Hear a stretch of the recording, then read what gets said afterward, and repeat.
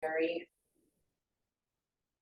I shouldn't say basic class, I should say, I mean, I'm really starting with the fundamentals of real estate. So hopefully it won't be too boring.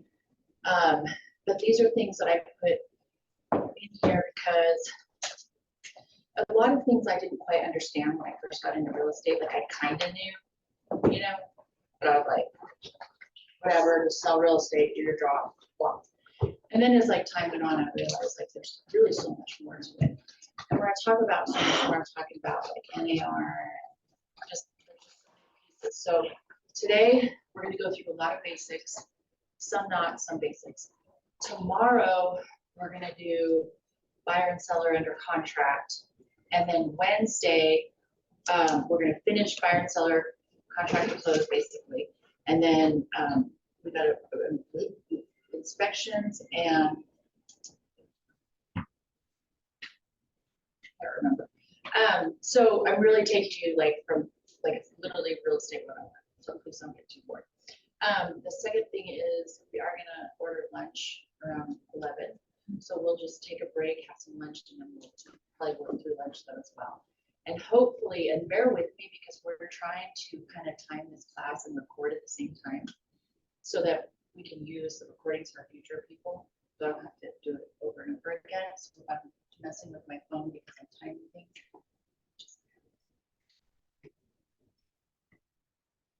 All right.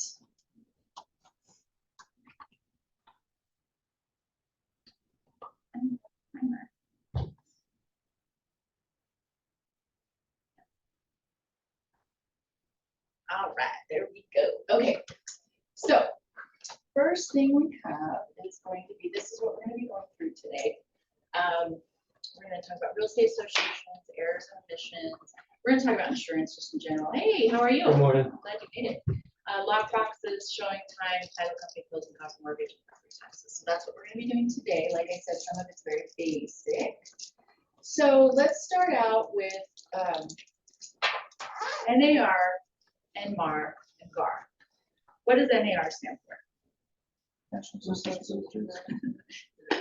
Yep. And what does NMAR stand for?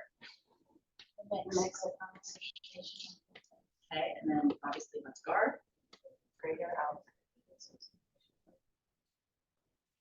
So basically, NAR was created back in like 1916 or 17.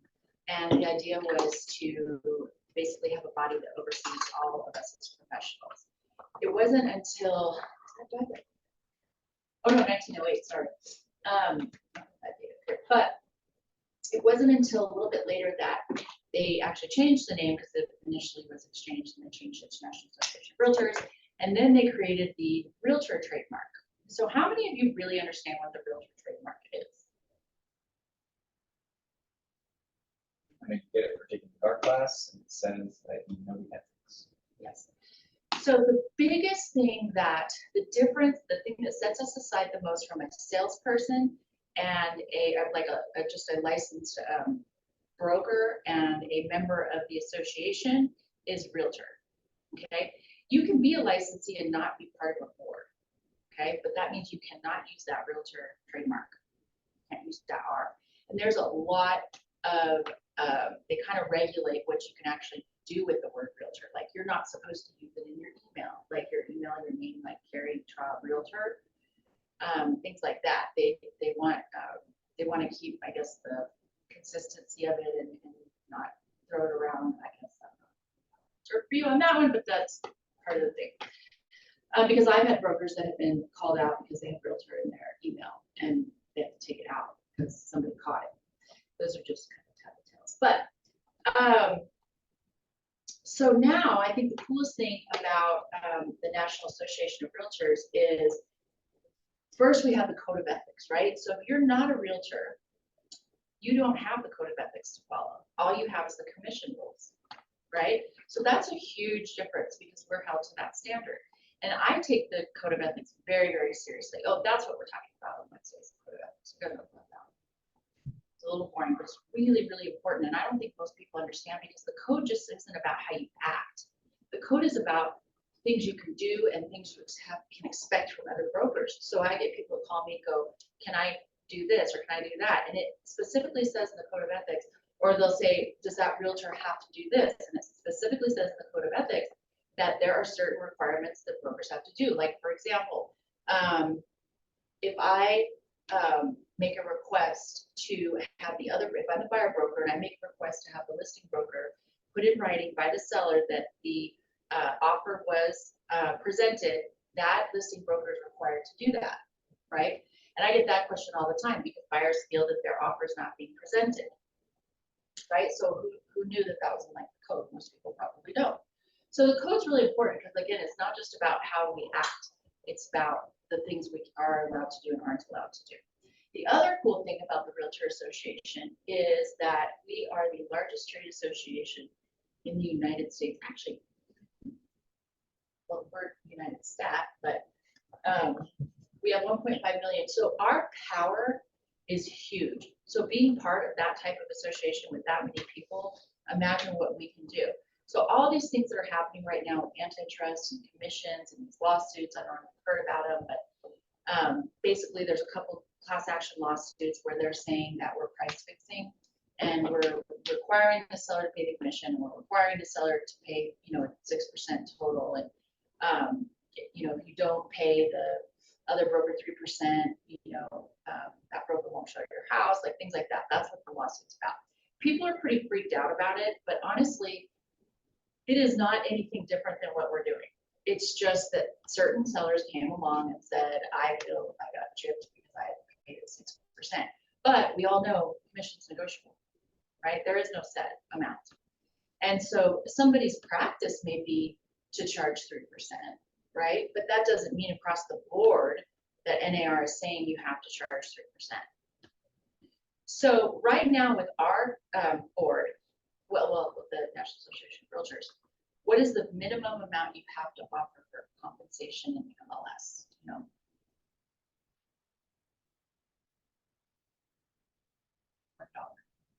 So we are required to offer $1. So what they're trying to do now is just change that to 0, which means though that you could be those houses that maybe are $1 or 0% commission are going to be syndicated to Zillow and all those websites, right? So that when your buyer calls you and says, I just found a house, and you look it up and there's no compensation, can't not show it, right?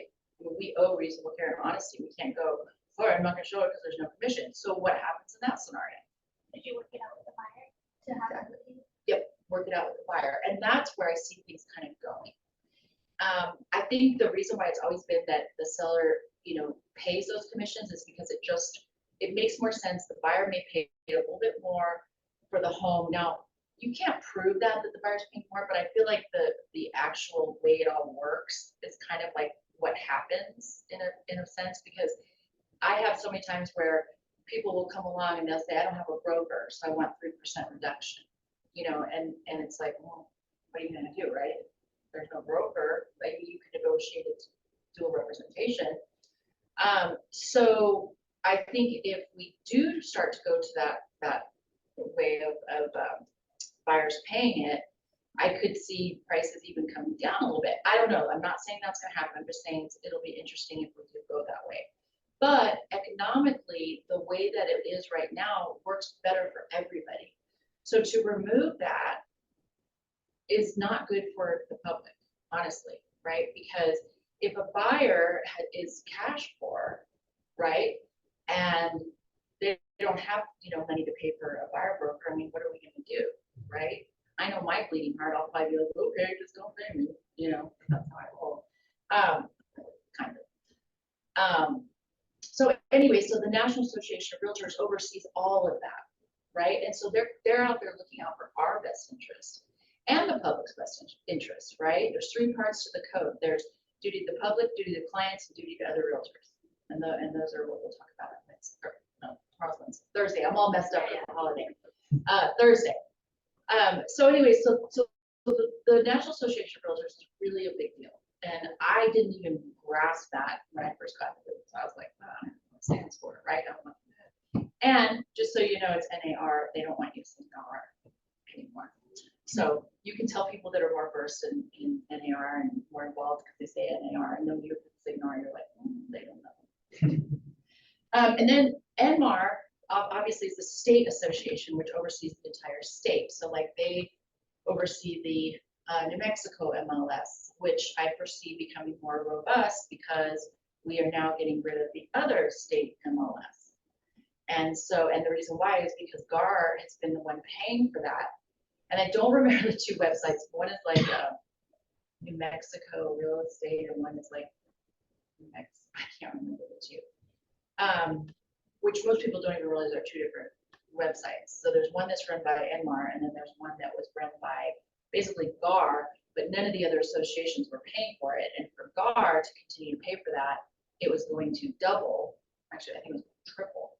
And so we determined as a board that we were not going to pay for that anymore, even though it really is a better website for the state. It's kind of not fair that we're paying for a website for the entire state, right?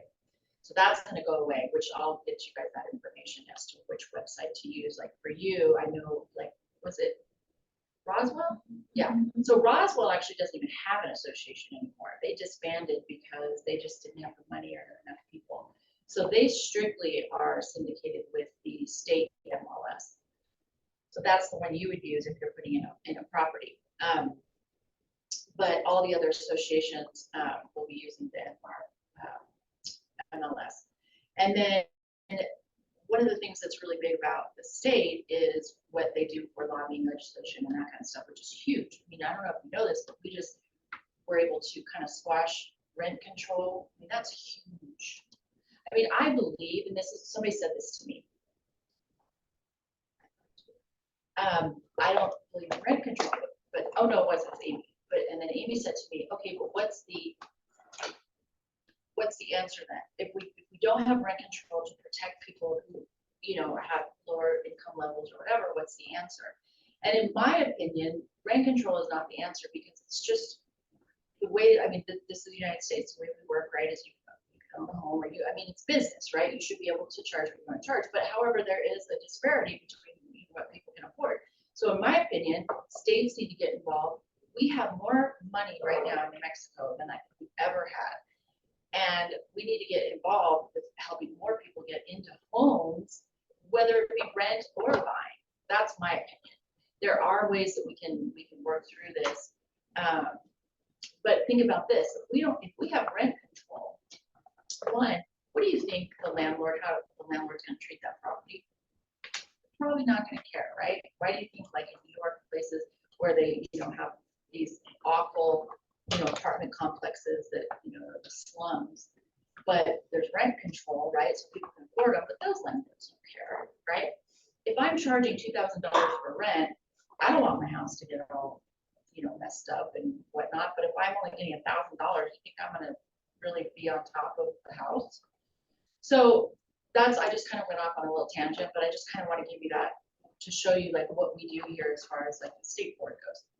Obviously, GAR, you know what GAR does, but once you join any association, you automatically become a member. It's all like included, I guess I should say. You become a member of NMAR and NAR. So that's why you join the board and become a realtor, and then you can use the and then GAR does the same thing as far as lobbying, legislation, and all that kind of stuff, so that, you know, we hopefully, I mean, the idea of what the code says is that we want everybody to be able to purchase a home. Everybody should be able to purchase a home. And so NAR is trying to protect that. And that's what the preamble talks about in the code is, you know, everything, all is under the land or something. I can't remember exactly what it is. And come on in. There, I apologize. You're fine. Come on in. Sit wherever. All is under the. We'll do it on the but Under all is the land.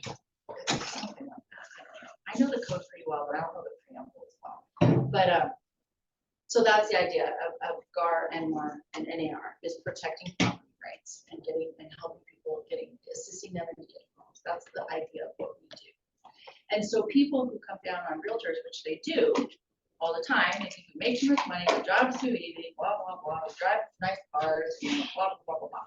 They have no idea what we really, really do and what we're about. And anybody who sold a house knows that it is hard. It is not easy. It is a pain in the butt. It is stressful. You take it home. It's like always happening. I mean, it's just so much. And it's really one of the only careers where you can easily take a test, get a license, you can make a lot of money, but also you are basically on call. And so there you go. But that's something I just kind of wanted to go over with you just so you understood how important that is. And when you're talking about your dues and everybody complains about your dues, when you think about it, you guys, your dues are actually pretty minimal, and GAR has raised dues since 2008. Your dues increases is NAR or NMAR, but we have not voted to increase your dues. Hi, David. And, but I mean, you know, GAR gets about, let's say, $750. Think about how much of that goes to the staff, you know, lock boxes. I mean, just all of the things. It's really not that much. The legislation, you know, having everything for you guys, and then part of that goes to NAR, so that's not even in our control. Part of it goes to NMAR, which is in our control. And then the other half of it is the MLS, which is a separate entity of GAR. So GAR and MLS are two separate entities. GAR is a nonprofit. SWMLS is for profit. So those dues are just to keep that site going, to have staff to work on it, to make sure everything's done right. I mean, so again, in my opinion, $750 a year is really not a lot considering what we are offered. So very much sense on that. Any questions? All right, quiz time. What does NAR, NMAR, and GAR stand for? 1, 2, A, B, C, D. Well, we can Oh, see you can't part. see the other part. I'm gonna guess, That's gonna have to be C. yes. Oh, that's too funny. Well, I don't even know because it's not what I That's what it wrote. What does GAR stand for? Greater healthcare use. Yes. So, sorry. Way to go, Gary. Okay. Now we're going to talk a little bit about insurance. And this, again, is just important because I want you guys just to be educated on all this stuff. And again, I'm looking back on my life as I started as a realtor, and what the heck is all this stuff, right? Most people don't really understand. So Arizona Emissions Insurance, also known as E&O insurance and professional liability insurance, helps protect your business from lawsuits that claim you made a mistake in your professional services. This insurance can help cover your court costs or settlements, which can be very expensive for your business to pay. So when do you think E&O will kick in and actually represent you? And when do you think they won't? Fraud is when they won't. If you did something fraudulently, you lied, I mean, something major, that they can see that you purposely did something that was not reasonable or honesty, reasonable care, then they're not going to represent you. If it's a misrepresentation or a mistake, basically, they're going to represent you. Does everybody in here have Rice Insurance? So Rice Insurance, the reason why we use Rice Insurance is it's a group policy for the state. So they negotiated that policy on our behalf. And the reason why it's so important that we are with Rice and not other insurance companies is because they can never drop you and they can't increase your fee for claims if you have claims. So, you know, like car insurance, you get in a car accident and then your insurance goes up or you get a ticket or whatever. So Rice, we're kind of protected that way. And so that's why I always tell people to use Rice because one, I have a ton of experience with them. I talk to them all the time. And two, they're very, very good. 3, they won't drop you. 4, they won't increase your dues. So it's really important. The other thing I want to tell you is if you ever have a situation where a lawsuit comes about, like that word is said or I'm calling my attorney, it's really important that you contact me because there's a certain point where I need to contact Rice ahead of time to let them know there's a possible lawsuit coming. And if they just say, I'm going to call my attorney because I'm pissed off, that's not when I'm going to contact Rice. But when it's getting more serious, then I am going to call Rice and I'm going to send something in and I'm going to say, we're getting threatened. Here's the situation. And that way they have it. And then if we do, then I call them and go, yeah, we're going to sue. So it's important that you give me that information when that comes up. And you can kind of use your own judgment. You know, if people are just angry, you don't need to call me. But if you feel like we're getting to that point, probably call me. I would say when you see smoke, call me, not fire. So general liability insurance, claims involving bodily injuries and property damage resulting from your product, services, or operations. What do you think that covers for us in real estate? If somebody were to get hurt while trying to property. So I bet nobody in here has general liability insurance. Everybody should have general liability insurance because it covers something completely different, right? E&O is not going to cover you for if somebody gets hurt on a property, right? Hopefully the seller's insurance would, right? But it's good to have general liability insurance. And then we all know what car insurance is, but this is the other thing. Make sure in your car insurance to have really good coverage, because if you get in a car accident and you have a client in your car, or you get in an accident and, you know, they want to sue you or something like that, I mean, just make sure that you have like all the coverage you need for your car. And we don't drive people around as much today as we used to. That's all we used to do, was take people everywhere. Now we don't really do that, but don't ever skip on your insurance, because of if you're gonna have people in your car, there's a really high risk there.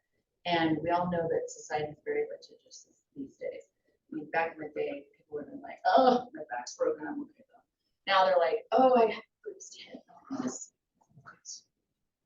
All right. Are there any companies that you recommend that have been good for the general liability insurance? I go through Hartford, mine is Hartford. And then they have it underwritten by, I think it's like Concordia or something, I can't remember, but Hartford is, I have a guy who wants it. And I don't even remember what it costs, to be honest with you, because I have it for Simply and then I have it for myself as well. So Simply has general liability insurance, which would help you guys if somebody got injured, but I recommend having your own insurance, to be honest with you, because I don't know. I mean, I'm pretty confident that that insurance would suffice, but I probably need to check on that. I'm not 100% sure. I have separate insurance for myself because I just don't want to get sued. Most of you probably don't know what I would say, but I would say it doesn't matter until it matters, and it really matters. So that's that. Okay, how many of you are familiar with the lock boxes? Pretty much everybody, a little bit. Well, these are just quick little videos that we're gonna do. That, of course, is my links aren't working. I just love that when that happens. Oh, there we go.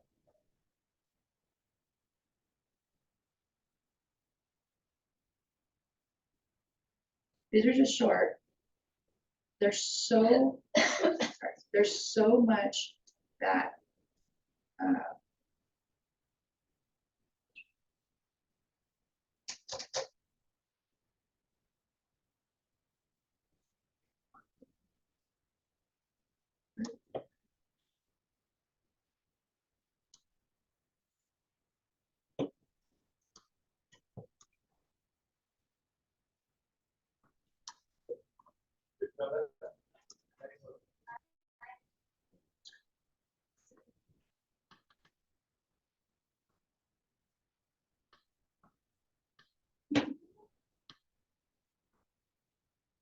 I just don't like it.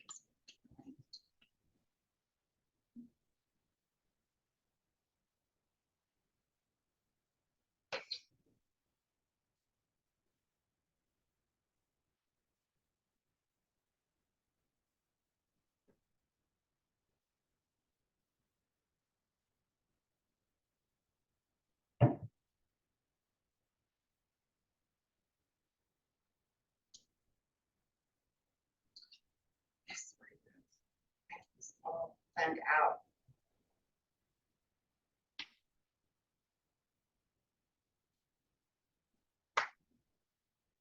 Well, I'll just tell you. I don't want to do it. So there's things that people don't know about the circular lock boxes, and that's why I wanted to go over it with you, because I guarantee you don't know this. How do you change your the schedule on your lockbox from 9 to 9 p.m., 8 to 8 p.m., or 24-hour access? You know you can change that on that.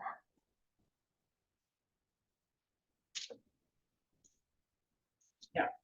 With your shackle code, you can go in and you have to have the lockbox. You can go in and you can change it from like 9 to 9 or 8 to 8, or you can do custom 2 on the app. But let's say, this is why this is important. Let's say you have an inspector go to a house, it's your listing. They go at 8 o'clock. You realize your time is all messed up because it's now an hour later, daylight saving time. Fall back. What is it? Daylight saving time. It's the opposite. Callback. Fallback. Yeah. Fallback. Anyways, and so you're like, crap, they can't get in there. You can give them the shackle code and they can change it to 24-hour access right then and there with their lockbox and your shackle code. So that's important. I can't tell you how many times I've had to do that because as listing brokers, a lot of times we don't go to the inspections, right? So that's something important to know. As far as the shackle code, that's a 4-digit code, which you can change in the app. Typically when you go pick up a lockbox from GAR, they're gonna say, what do you want the code to be, blah, blah, blah, and you're gonna give it to them, right? But after you have a lockbox, let's say and they're real stingy, you have to check out a lockbox when you have a listing, where it used to be different. We used to pay for our own lockboxes. Now you have to check them out. But through the app, you could change all these different codes. The other thing is, do you know what the CVS code is? What that means or what it's for? So affiliates can join GAR, and an affiliate can be an inspector. It could be pretty much any vendor, as long as they have to have insurance and they have to apply. So they have their own lockbox, but the only way that they can use it is with the CVS code. And each lockbox has its own CVS code, which you choose, which is a 10-digit code. Most people use their phone number. And then the affiliate can take their lockbox, which only again can be used with CVS code. They take the CVS code and then they can get into the listing. And that's what the CVS code is for. So you've got a 4-digit shackle code, which opens up the top. You've got your 4-digit PIN, which opens up the key. And then you've got your CVS code, which is for your affiliates that need to get in the house and you don't want to be there. Okay, so pretty simple. You can also go onto your app. You can assign a new listing to that lockbox. Now, the important thing to know is that all of this integrates with showing time. Okay, so you need your lockbox to be properly set up so that when people use the lockbox, it's integrated with your showing time for your listings. Now, that's where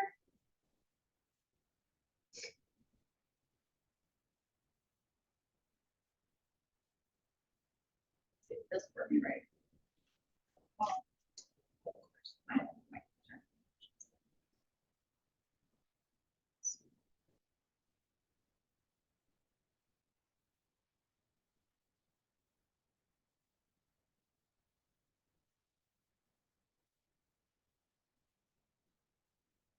So showing time is a huge actual platform that most people don't even understand what all you can do in there. They just kind of use it for what they have, and that's that. So you're going to go here.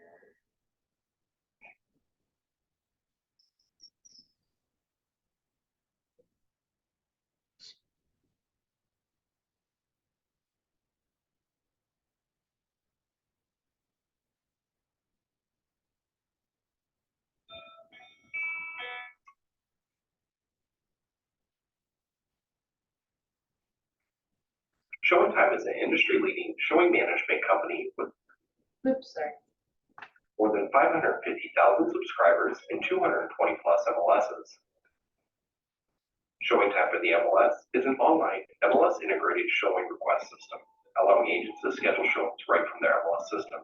It provides agents with automatic notifications of confirmation and cancellation via email, text message, automated phone call, or push notification.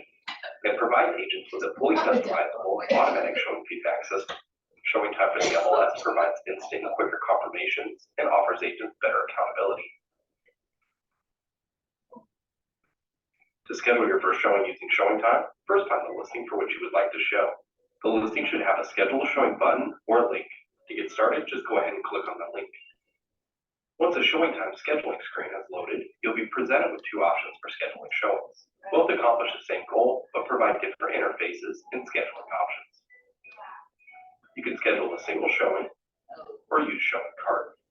Scheduling a single showing is simple and easy to use, and most agents will use this method. You'll first be presented with the availability screen. From this screen, you can see all the listings available times for the upcoming week. You'll then be presented with a screen to verify any appointment details. Once completed, you'll be shown the status of the appointment you just scheduled. It's that easy. Showing cart works a bit differently in the way that it's an advanced tool used for scheduling buyers' tours. Showing cart provides agents with multiple tools to help organize their tour. We've included a map that updates every time you add a new listing to the tour. It also shows you the route suggested from point to point. Adding listings to your tour in a driving order is not necessary, and we provide agents with multiple ways to organize their tour before requesting their appointments.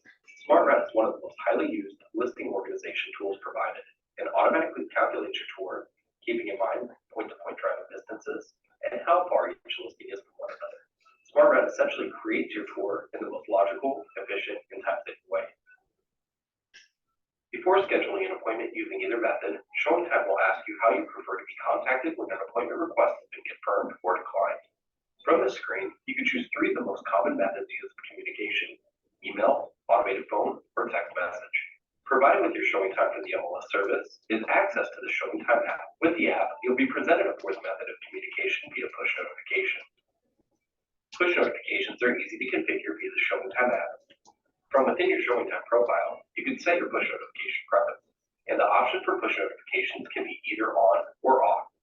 But that's not the only exciting reason to use the Showing Time app. We have specifically designed the app for agents on the go. The app provides you with all the same scheduling features that Showing Time offers you on the desktop, with added simplicity and ease of access. And it's available for both Apple and Android devices. This includes your tablets as well. As we live in a 24/7 world, we realize that agents aren't the only ones that can benefit from this ease of mobility, so we've made the app available to sellers as well. Sellers who use the Showing Time app are 20 times quicker to respond to showing requests. They can view all of their upcoming appointments, and they have access to a completely agent-controlled version of the listing activity report, including important buyers' feedback. Feedback provided to a seller can be controlled in two ways. You can opt into publishing all new feedback automatically, or you can moderate or hold for review the feedback that is sent. This allows you to control which feedback can be seen by the seller at any given time.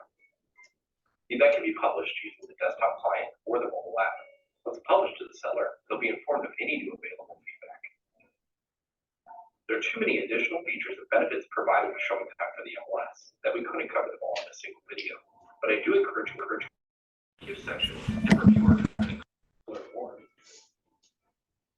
And if you're looking for upgrades or other products that Showing Time offers, we offer.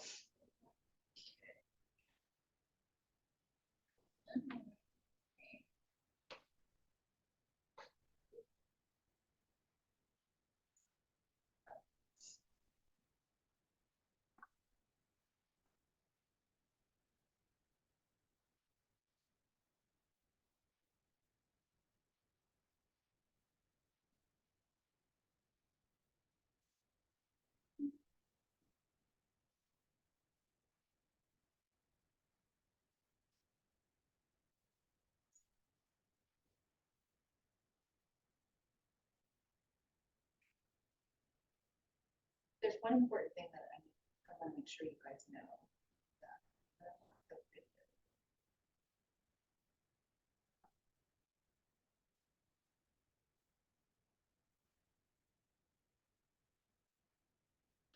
Okay.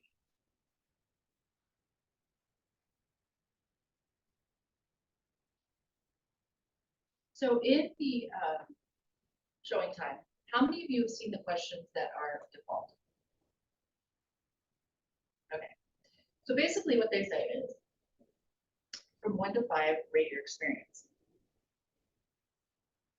Okay, well, I didn't get shot, so I guess my experience was good. What does that mean, right? That's the dumbest question I've ever heard. So you can go in and you can change your template, okay? So if I go to my Showing Time and I look at my feedback questions.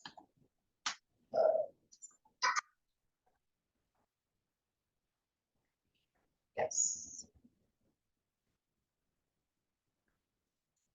Question. Review my survey. Hopefully they're still on. No, they're not. These are the questions that are on here. Is your client interested in living, rate your experience, even your client's opinion of price, please rate the listing, 1 to 5.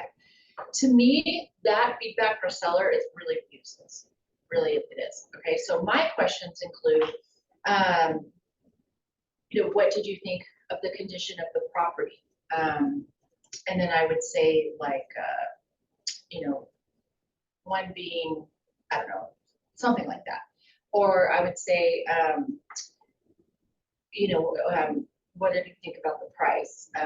Too high, just right, needs to be reduced. And then I would say, if any, what updates do you think need to be done? Kitchen or bathrooms or curb appeal, or so those are the types of questions that I want. These default questions to me are absolutely ridiculous. So my point is, you want to go in and you want to change that template. And one, it just makes you look good to other realtors, because I used to get calls like, how'd you do that? And I'm like, you just go in and change it. But it also gives you that value for your sellers, or more value for your sellers. The other thing that I recommend you do is, instead of just automatically having it go to your seller, I would wait and review it. Because sometimes there are things on there you do not want your seller to get, because the way realtors respond can be nasty. And so I'm going to look at it. I want them to have the feedback. Okay, that's not it. But I may give them the feedback maybe in a little bit of a nicer way. Because I've had sellers get really, really hurt and upset about what was said about their house, and then they're just on edge. Have you had that happen? Yeah. And you're just like, oh, I don't know what to tell you. So again, in my opinion, I recommend having it come to you, review it, make sure it's good, and send it to your seller. Okay. There are a million different things. If you have time, go into your showing time. First and foremost, you can link it to your calendar. All your listings will integrate with the MLS, so your listings will be in here. So like, if you list something in the MLS, automatically your listing's gonna be in here, okay? If you need to put it in here before it goes in the MLS, you can do that yourself. You can add it in here. You're gonna add your seller's info in there. You can decide when there is a showing request, who takes that request. I would say 80% of the time, I would take the request, because I felt like that was part of my job to, get the request and then talk to my seller. A lot of times they don't know what to do, and they're just like all over the place. So I get the request and then I talk to the seller. But sometimes I may have a really savvy seller that's like, no, just have it come through to me and I'll set it up. Or you can have it set up where it just automatically confirms because it's vacant. Okay.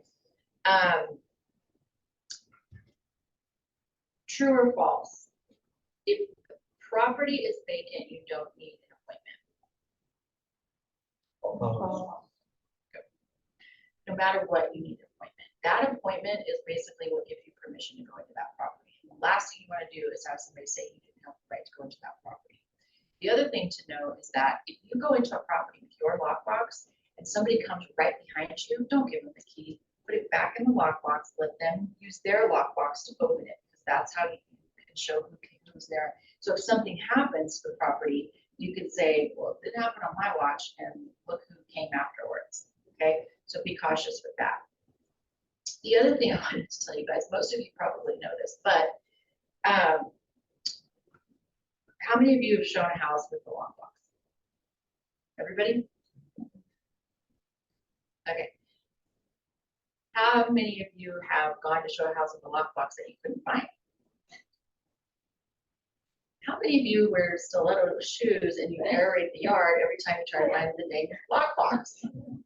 That's like a service of mine these days. Well, I don't sell anymore, but back in the day, I would aerate these yards because they would from who knows where, and I'm climbing around trying to find it in my high heels and look like an idiot. But just keep in mind, people put them in all kinds of weird places. The only reason you wouldn't put it on the front door is one, well, I say the only reason is if it gets in the way of using the front. I think people like to hide it because they think that it's safer, but honestly, I mean, I guess if they were to kick, I mean, maybe it depends upon area, I don't know. But I think people get way too nervous, they put it in way too difficult places that it's not necessary. You know, I mean, they'll be on sprinkler valves and it's laying flat, you can't get the key out. Well, you know, I mean, it's just crazy. So just be aware of that. The other thing to be aware of is when you go into the house, okay, first and foremost, you get the key out, right? You got the key, you've got the inners, and typically, you're gonna have paperwork, right? You're gonna have listing with you or something. I don't know, not always, but the thing that was happening to me was I had so much crap in my hands, right? And I think the hardest part of our job is getting the key to work and opening the dang door, right? Because you typically think if I turn this way, right, it should unlock. Well, they put that in upside down, you gotta turn it that way, your crap's going everywhere. So I actually used to carry, like, I had a fanny pack and I just stick everything in there while I'm showing the house, because otherwise I've locked myself out of the house. So just be aware of that. When you put the key down, don't lock yourself out of the house. The other thing is, whose responsibility is it to make sure the house is locked up? Ours. Whose responsibility is it to make sure that the lights are on or off? Ours. If you walk into a house and the lights are on, do you think you should turn them off? No, because they have them on for a reason. They may have multiple showings that day. So however you get to the house is how you leave the house, okay? Don't do anything different. Don't lock that garage door, pedestrian door if it wasn't locked before, because I can't tell you how many phone calls I've gotten where they got locked out of their house because somebody locked the pedestrian door, okay? These are just little nuances that happen that I just think sometimes are important to mention, because usually you learn it in the field and then you're like, but now you kind of know, so you're aware. So there are a lot of things in here that you can do. The other thing I want to touch on is the showing cart. So back in the day, I still have my maps, I'm so cute. Back in the day, we literally had to map everything out. I mean, it was ridiculous. It would take like an hour. And there was no GPS, right? So I know this town, like my kids always give me a hard time because they're like, oh, they live on, you know, GPS if they live on the street. And I'm like, I already know where that is. You just know because you had to do it that way. Now we don't know where anything is because we just know, boop, boop, boop, boop, and then we just follow the little thing and then there we go and we don't know anything. But the showing cart's really helpful because you can make all your appointments right then and there, and then you can have them set up your route. Now, let me ask you this question. How do you set up multiple showings on properties? Well, not that necessarily, but how do you set up times? How do you know how long one's gonna take, how long another one's gonna take? So if I've got 5 properties, how do I know what time each appointment needs to be? I'll give you the way I do it. If they are all in the same area, I will do it like this. The first one, 12 to 12:30. The second one, 12:15 to 12:45. Third one, 12:30 to 1. Fourth one, 12:45 to 1:15. That way, if I move quickly through one house, we can go directly to the next house. Or if it takes a little longer, I've got a little bit bigger of a window. Now, if I'm going all over town, like I'm showing houses over there, I'm showing houses over here, you know, between the one from there to here, I might have a 45-minute window, or maybe even an hour window. And then you got lunches sometimes. And things have changed. I realize that. I don't think we do it quite like we used to. One, we don't even have enough inventory to show multiple houses. But back in the day, you know, I would be showing 12 houses a day. I would have people come into town for 3 days, and it was exhausting. But that's how I schedule my showings, is I create windows. And then if for some reason I fall out of that window, or they say they don't want to see a house, I may have to readjust all those. I may have to go forward 15 minutes or go back 15 minutes. So I'll scribble it out and then I'll tell them I need a few minutes, blah, blah, blah. But that's just kind of how I do it. So if you have time, go into showing time. It's really, really helpful. There's tons of stuff in there that you probably don't even realize you can do. Would you just Okay, showing cart via showing time? say that again? So can you just physically get to the showing cards in showing time? Or would you need to actually click on the listing and then add it to the showing card in order to see it? I don't know, that's a good question. Want to find out? Yeah. Let's just-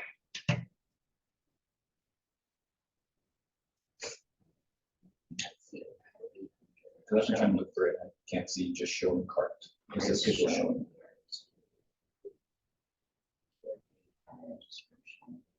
So it is right here, oops, right there, under showings. Hmm.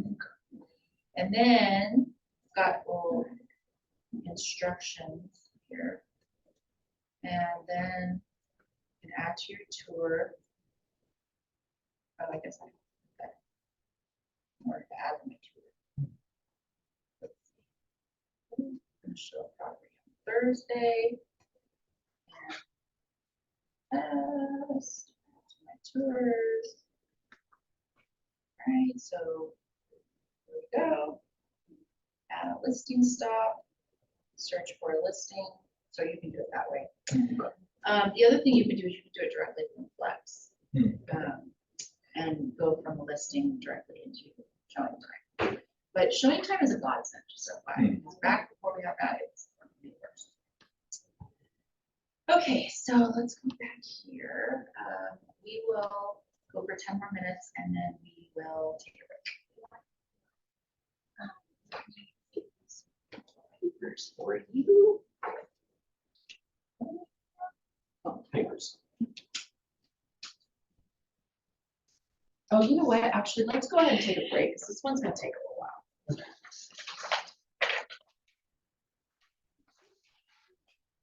So this page is halfway blank. This was me last night.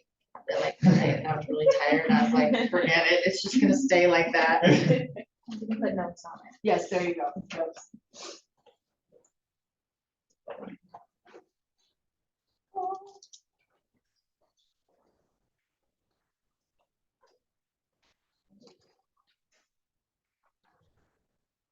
So if you take a 10-minute break, and I'll come back.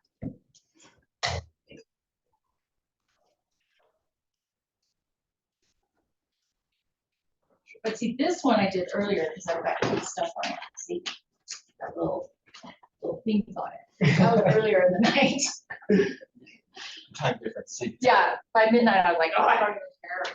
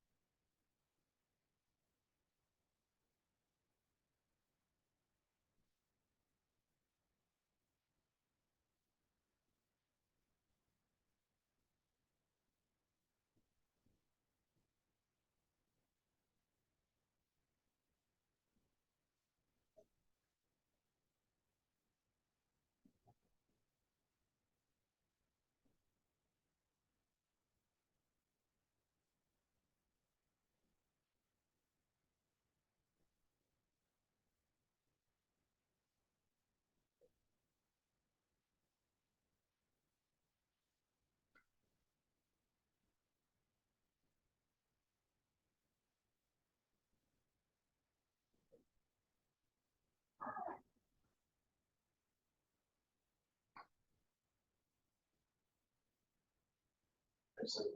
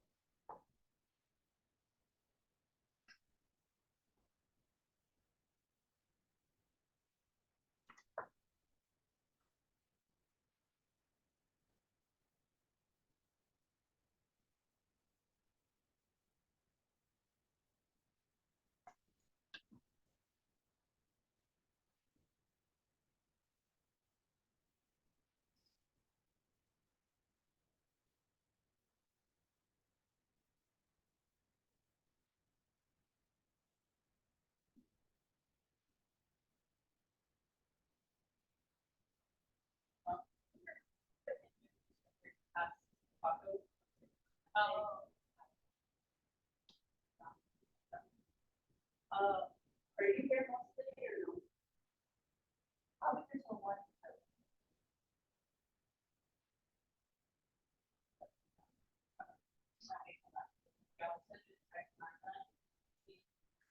I just have something else.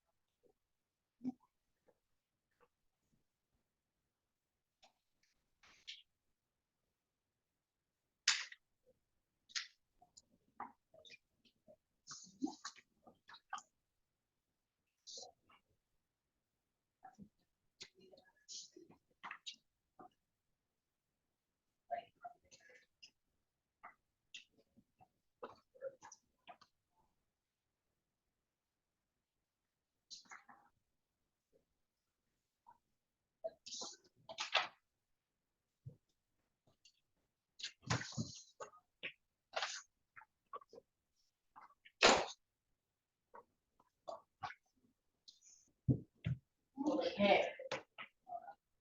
Back to business. So we could talk about title for hours and hours, but we're gonna go through what title does.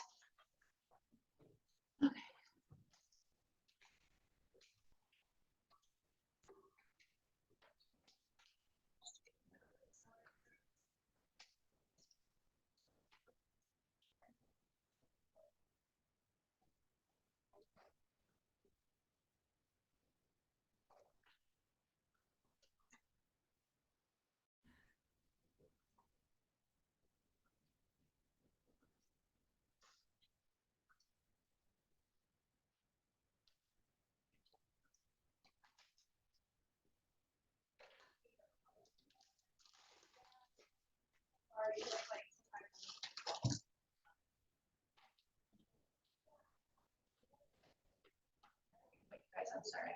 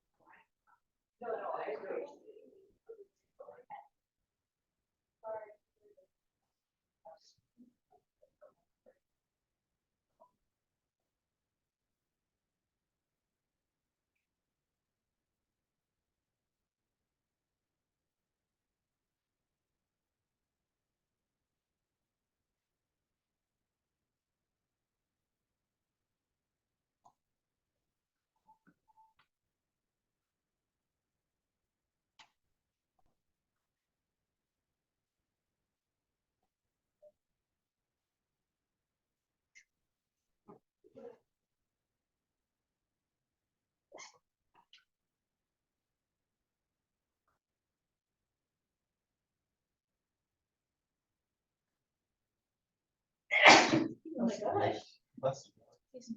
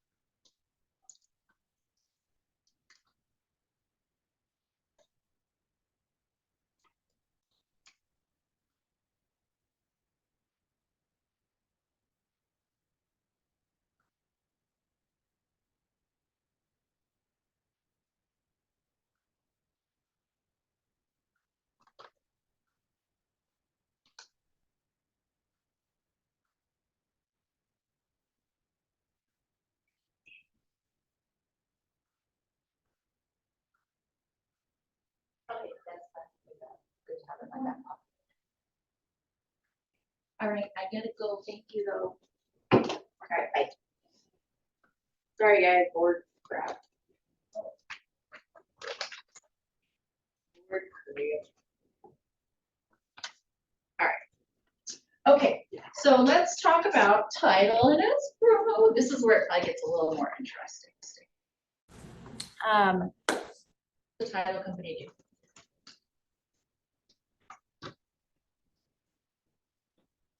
title search? Yes. I can pause this.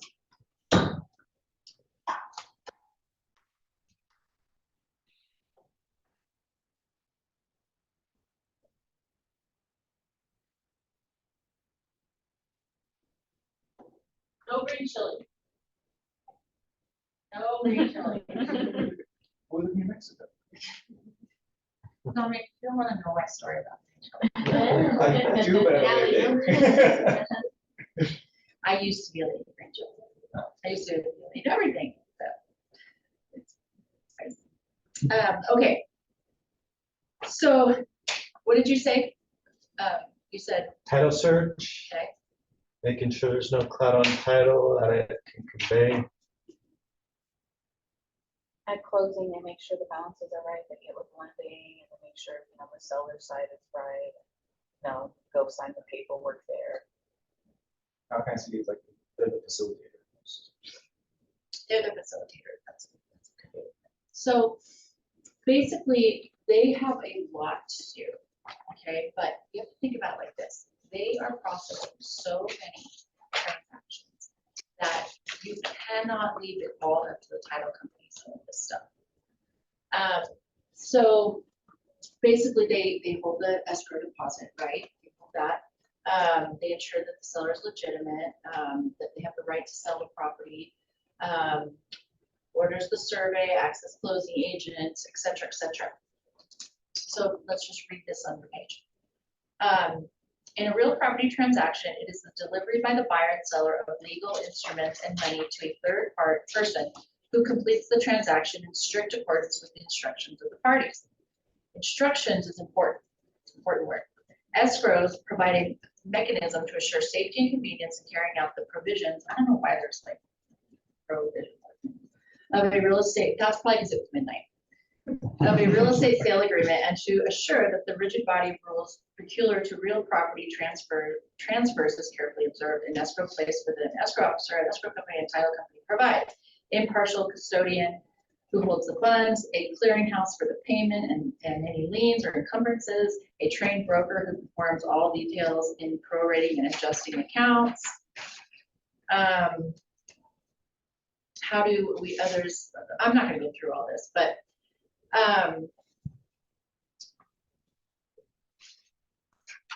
what do you think a title company's primary, at the end of the day, there's so many important things that they do, but at the end of the day, what is like the big thing that they do and provide for, or I shouldn't say provide, I should say facilitate.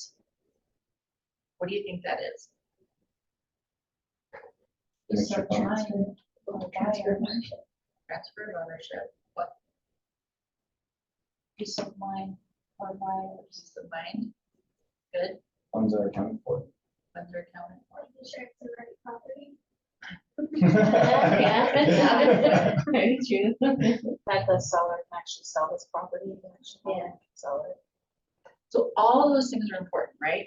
But what does that lead to at the end of the day? The right of Closing. quiet enjoyment. Closing commission. Basically, title insurance, clear title, right? That's really the big, because you don't have to use an escrow company, you can use an attorney. You can do it yourself, right? I mean, not you as a broker, but like as a buyer or seller, you guys could record the documents yourself if you want to, right? But at the end of the day, the buyer's getting title insurance and the title, and the reason why I said facilitate and not provide is because the escrow company doesn't necessarily always have to be the company that is giving the insurance, right? So like Centric Title here, their title insurance is underwritten by Fidelity Insurance. Okay, so you close there, but then when you get your title policy, it's going to say Fidelity National Insurance or whatever they call it. So that's really what you're aiming for, right? But all those important things are what gets you to that point, right? And all those things have to happen properly to make sure that clear title is given. What's an example of something that wouldn't be clear title? The behind the property taxes. Mechanics lien, There's no clear, what's it called, record of ownership, past ownership? There's a cloud on the transfer of property. I just have one, I just did a wholesale deal, and once we went to the title company, we found out that there had been a couple of real estate contracts done, and they were never properly, once that real estate contract was sold, it was never properly recorded. And so we had like three guys, three dudes, three brothers, I don't know, and we had two mortgage companies, and so we had to sue. And what you're doing is you're suing, it's a quiet title lawsuit. Okay, so basically you're going to a judge and you're contacting all the people and you're saying, are you going to, I don't know what the right word is, but are you going to say that you have ownership in this property, or are you going to say, I don't? And if they say, no, I do own some of that property, then you're going to have to go in front of a judge. The judge is going to have to look at everything, decide if they do have a right to the property, or they can say, no, I don't. Or if they just don't respond, then that in itself is saying you don't have a right to it. So in our case, it wasn't too bad because everybody, the one mortgage company and the other people all gave up their right. Wells Fargo didn't respond, which was okay, right? Because they got the notice, and so we were good. So, but that was about we're in September, so 8 months that took, and $5,500 later. So it's worth it. I mean, right, if it's a deal worth doing, but you got to be careful when you go and this is again why you want a really good title person, because that title person was like, saw something and then started researching it, and that would have been really bad for me, right, to have a cloud on the title. And so I'm very much against some of these local title companies, because first and foremost, the big title companies have money behind them, right? So if they mess up, they're pretty much gonna step up and say, we messed up. Okay, and I've had that happen 4 times in my career. And some of it was big dollars, like 6,000, 13,000, like, and it was just, they just messed up, but it was always Fidelity. I used Fidelity. Plus I know the president and the vice president, which is very helpful because I can call them, right? You go to some of these other title companies, I don't know anybody, so. But, so all these things happen, and then you have title insurance, right? So what is title insurance? What is covered under title insurance?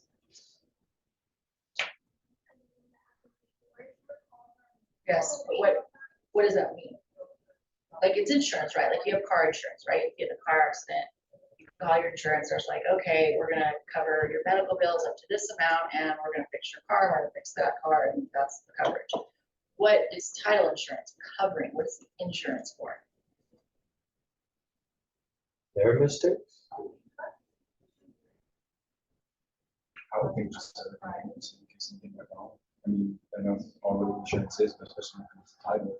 So what does that mean though? If there anything were, goes wrong? like, if one's mishandled or they can't necessarily find the title for their property, I would think that the title insurance would be able to come in and try to do their due diligence and either try to collect lost funds or try to find the title itself. Or somebody claims the ownership. Yes. The only thing it covers is ownership. All it is saying is that you have quiet enjoyment of this property all yourself. Nobody else can come along. And if they do come along, your insurance will cover you, and we will basically, if we have to hire an attorney, we'll hire an attorney, but we are protecting your right to this property and ownership. That's it. That is all it's covering, okay? It does, this is something to be very clear about you, is it does not cover anything to do with funds, does not cover property taxes that weren't paid. I mean, the whole process is supposed to protect the buyer so none of that happens, but that is not what title insurance is. It is just saying that nobody can come along. It doesn't matter if there's a lien, right? It's just saying that nobody can come along and say that they have ownership to this property. That's all it is saying. So if funds are mishandled, if the survey's got a mistake on it, any of those things, those are not covered, okay? And survey coverage, or surveys, is one of the big misconceptions of title insurance. People think that surveys are covered, right? If there's a mistake, it's not. And that's why you can buy additional survey coverage. And my recommendation to you, if you have anything that is not in a subdivision that is like completely, you know, like subdivided, I mean, even in that case, you might want survey coverage. But when you have a neighborhood where everything was subdivided and every house is kind of like, you know, house. So I had an experience, the first house I sold, actually, I went to resell it for these people. It was a brand new house when they bought it.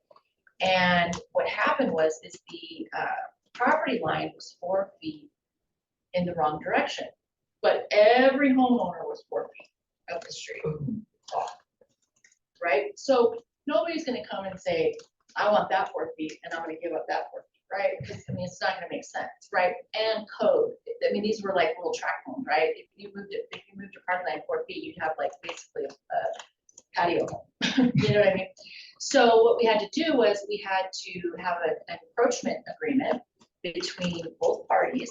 And I was only worried about my property, right? I didn't go to every homeowner and tell them to do an encroachment agreement. But so we did an encroachment agreement. It basically just says, you know, we agree to this. Everything stays the same, the wall situation, who's responsible for all of it stays the same. It's just now this 4 feet, this person is giving permission to this person to have basically that right of that 4 feet. That agreement will go with the property forever. Okay, so once you sell it, that encroachment agreement is recorded, that's there. And I'm guessing you could probably maybe sue, you know, or something like that, but I don't know, I've never had that happen. But let's talk about if you have a neighborhood, say in Rio Rancho on those half-acre lots, or North Albuquerque Acres over here, which you would think North Albuquerque Acres all might make sense because they're all basically 0.89 of an acre, right? Most of them. What comes into play though in those types of neighborhoods? Flood zones, right? So you need to pay, so first and foremost, in those types of neighborhoods, I would always get a stake survey, okay? Because so out in Rio Rancho, those typically aren't in a flood zone, but there are issues with flooding over there. So about, I don't know, maybe 10 years ago, we had terrible rain over there, and there's, if you've been out there, there's a lot of dirt roads, right? Washed out roads. People can't even get to their house, right? So even though it's not a flood zone, you still have issues, right? Over here in North Albuquerque Acres, there is flood zones, and a MAPCA, you can basically not be in a flood zone, but you can have an arroyo going right through your property, and a MAPCA will come and say, you need to fix this, okay? So those surveys are so important in those situations, because we have one right now where turns out the pool and the wall were encroaching on the MAPCA flood zone, and the homeowner didn't get a notice until 2020, and then they were in the process of figuring it out. Then they got divorced, then 2020, or getting divorced. 2022 rolls around, they end up selling the property. Here it is, thinking how it can get stickier. So the court appointed a master, okay, a special master, so basically when they sold the property, these sellers didn't sign anything. The special master did, right? So then what happened was they said, okay, there's an issue with this flood, or this amount of flood zone, to the buyer. And the buyer said, just give me 5,000 off and I'll move forward, right? Buyer goes to sell it, not even a year later, right? The person terminates because this is a really, really, really big deal. Much bigger than, and the pool was permitted. So if the pool had been permitted, that probably would have been caught at that time. And who knows the truth or whatever, it's always in the middle. But now that buyer who went to sell it is now suing everybody for these issues, saying it wasn't disclosed. Unfortunately, people are shitty, excuse my language, because it was disclosed, right? But litigation is what's going to happen. That's all that's going to happen, is you're going to pay a ton of money for attorneys for litigation, because the chances of you get to a jury is like, years down the road, right? And the other thing to let you all know, which you haven't experienced, is the more people that they put in a lawsuit, the longer it is going to take.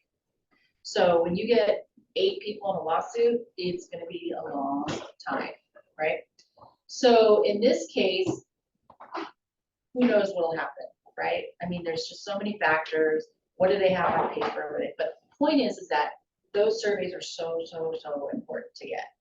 And when you see, it is your job to look at the survey. Are we surveyors? No. But if you see something on there that's like, well, that doesn't seem good, or you see a wall that it's like, it says, you know, encroachment or something like that, like you need to pay attention to that, because the title company is not, well, they don't really care, honestly, unless you're getting title insurance. I mean, survey insurance, right? So they can close the property and you can have that encroachment and they're not gonna do anything. So if you're not watching that, that's gonna be a big deal, right? And so one of the big issues in this transaction is we were actually on the listing side, but the buyer broker is really like kind of the big one in the lawsuit, because they are saying that he didn't disclose. And the fact that there's a $5,000, anyways, it's a whole thing, but it's just very important in those types of transactions that you're aware that there's all this minutia and all this stuff that can be going on with these properties. And you're not always gonna know what to do, but if you see something, you need to pay attention. And that's why, like tomorrow when we do contract to close, one of the things on the checklist is check the survey, right? Because you do need to check that stuff, even though it shouldn't be in your wheelhouse, right? Because it's kind of scary because you're actually looking at a survey saying there's a problem, but you have to, because it doesn't matter if it's supposed to be in your wheelhouse or not, you're going to be in the lawsuit.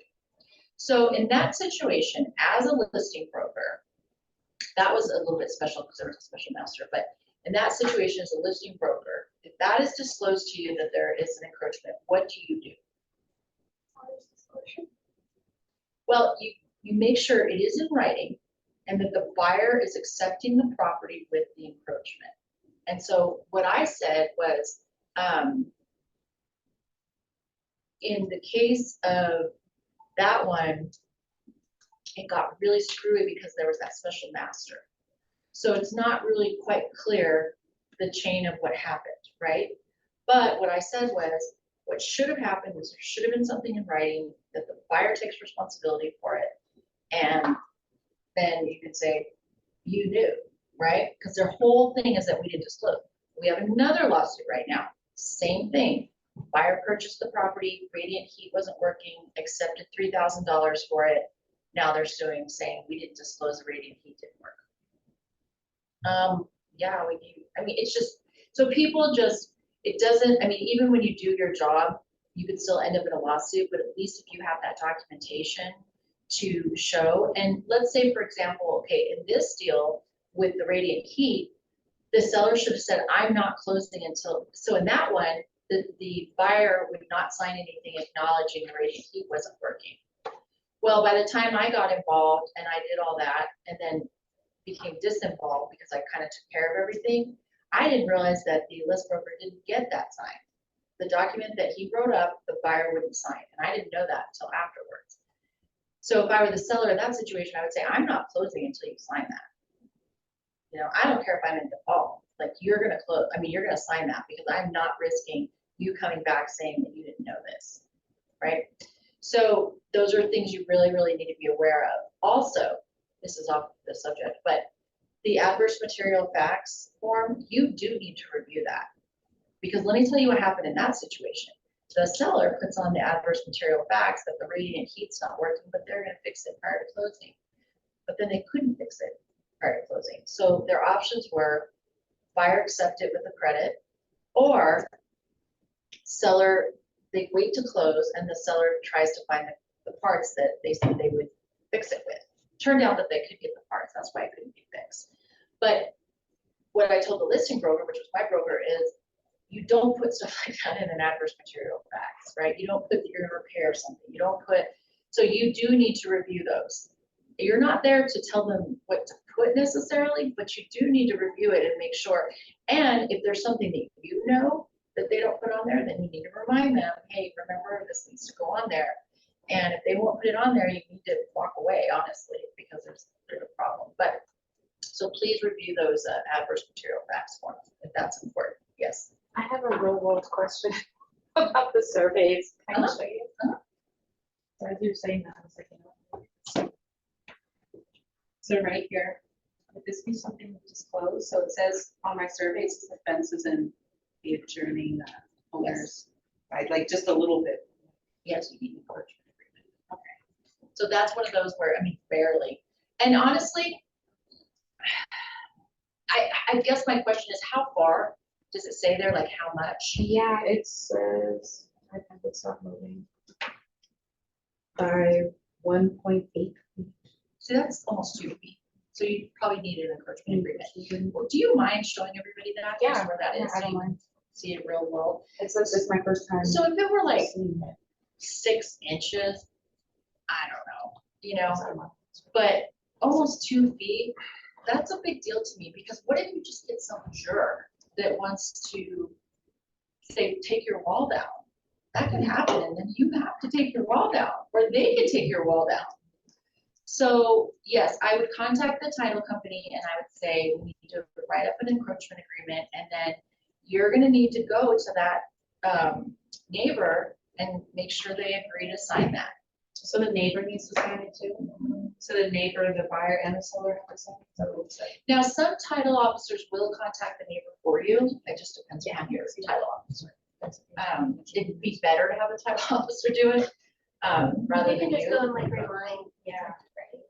Yeah, well, you can just put, yeah, you can put their name into forewarn and it'll pull their phone number. What's funny, the seller on this one thought that it was the other way around, because they mentioned something about it the other day when. Yeah, I when we would were in the definitely, survey, So. but that is thank you for saying that, because that's a perfect example of looking at the survey. Right, it said, there's an encroachment. I had some weird survey stuff. I had one property that had common area on their lot. It's the strangest thing. On the front of their lot, it was like their front yard and part of it was common area. It's the strangest And then No couch. thing. So weird. I have a question about property disclosures. Are those related to being on market, or do you always have to do those? Well, you mean if you're selling it? Yeah, but even if it's not MLS, it's off market, you always do those? Is that just like a blanket thing you always So do? statute says that seller has to, well, actually, it's not, I don't even think it's statute, I think it's precedents in lawsuits, if I'm not mistaken, that adverse material facts have to be disclosed. That's also why you are supposed to give that to a buyer prior to an executed contract. What's an executed contract? Sign over. Yes. So what are we'll talk about this tomorrow, but do you guys know the things that have to be disclosed prior to an executed contract? Like these things? Adverse material facts.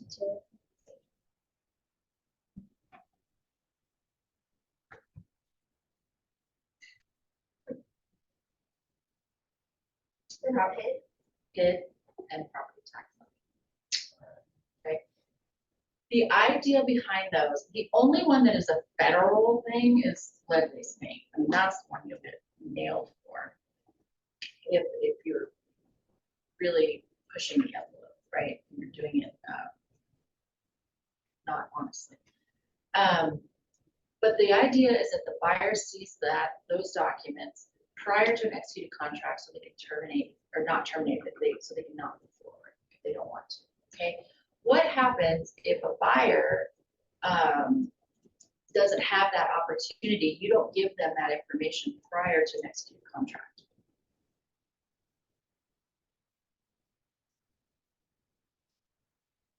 It's grounds to leave the contract. They can still terminate, right? So the last thing you want to do is get the deal underway, right, under contract, and then get this information, and then it terminates, right? So, and the MLS rules say that those have to be uploaded. Now, with AI these days and everything that they're doing, they're starting to basically, the to catch you if those aren't uploaded. And you'll get a notification of non-compliance. But you can't and do not ever change the date on those forms to make it look like it was prior to an executed contract, okay? Because that's fraud, right? That's no bueno. And the last thing you want to do is that. What you do want to do if that happens for some reason is write some notes as to why it happened. Make sure the buyer signs it. Once they sign it, you move forward. And if it's lead-based paint, I probably would put something in writing that says lead-based paint was not disclosed, or the lead-based paint disclosure was not given to the buyer prior to an executed contract. Buyer had, the opportunity to terminate. Buyer, did not terminate. Whatever, just to cover yourself. Lead-based paint, I mean, the government's not going around checking our files. Who's going around checking our files? Commission. They're the ones that are going to catch that stuff. And really, they're probably just going to look at lead-based paint for the most part, but they could look at the other stuff too, so just be cautious. Okay, so we just totally went on a tangent. That's okay, because this is all very important. So what is the process of the escrow period? Oh, something else I want you guys to be aware of. Us here, we call, when you're in escrow, we call the company a title company, right? We call escrow companies, well, we call the companies that continuously deal with escrow companies. Whole titles are going to be. When you have, say, a real estate contract, and you have an escrow company that is facilitating that contract, that's the escrow company. So it's important just to know that they're the same thing. They're both holding monies, or they're both doing that, right? But they're two different things, because the escrow company is really just holding money for you when the title company won't, or they're facilitating the real estate contract because the title company's not going to do that, right? And I just want you to know that, because I don't want people to be talking about escrow and title and be like, because they are the same thing, but here that's the difference between the two, okay? So if you have a real estate contract and you're closing on it, basically you're gonna have a title company and an escrow company, okay? All right, let's see here. All that.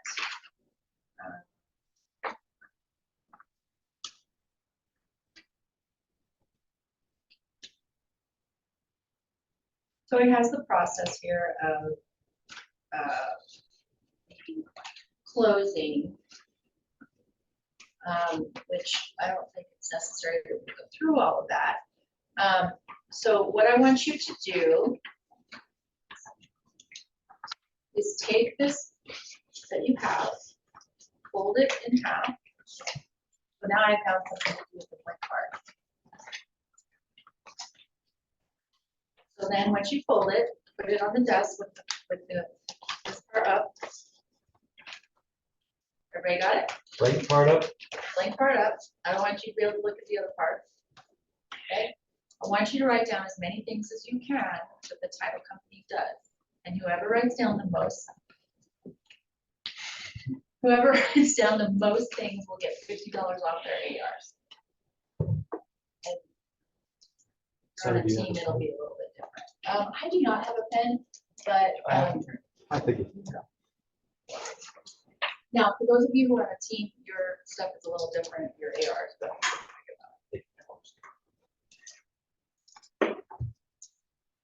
maybe one.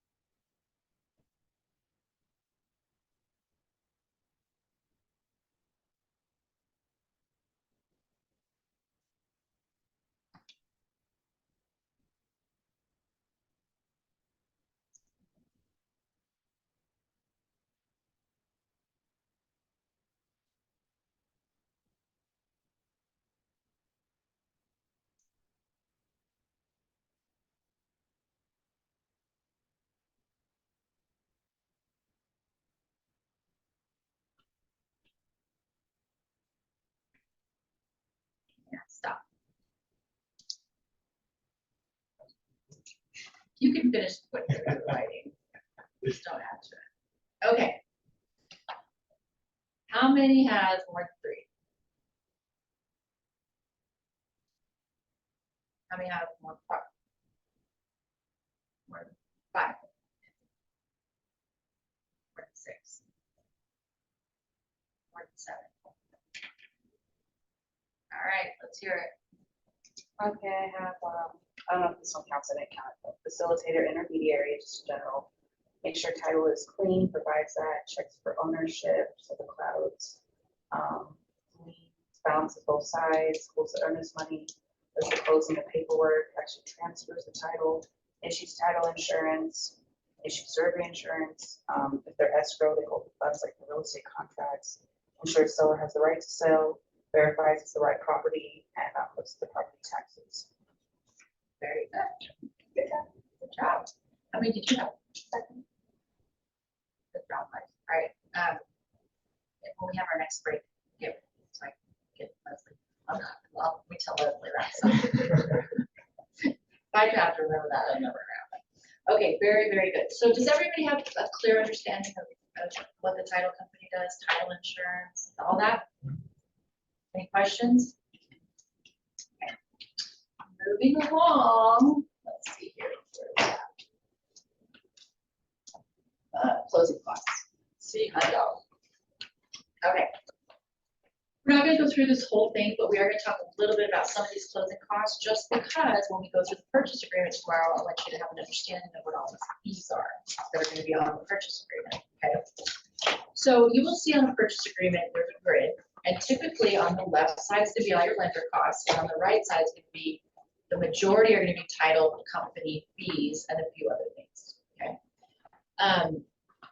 The stuff on the right side, the way to think about it is that is stuff that's basically going through the title company that they're paying. The lender side is the stuff that the lender's charging for. Now the title company is facilitating all the fees, right? But that's kind of the difference between the two, if that helps you at all. So like the appraisal fee is on the left side, right? Why is that? Who's charging the appraisal fee? Lender. The lender. Right? So they're charging you and then they're paying it. So that's why it's on that side. So I think what we'll do is we'll go through some of these, just so you kind of, if there's anything, there's a few in here that are probably more important than others. Private mortgage insurance and mortgage insurance premium. What's the difference?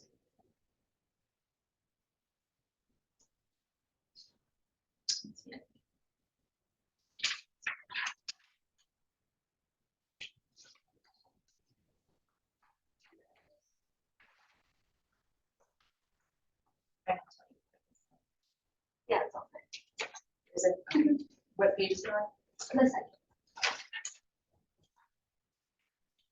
Okay. Mortgage, on the second page, mortgage insurance premium.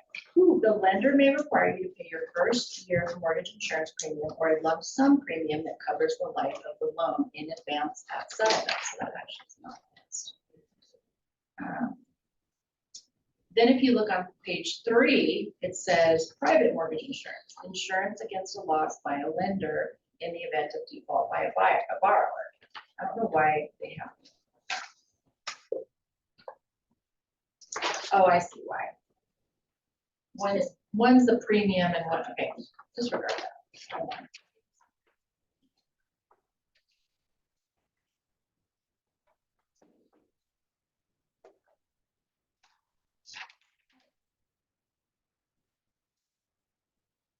Oh, okay. So if you go to page 3 of Lending 101,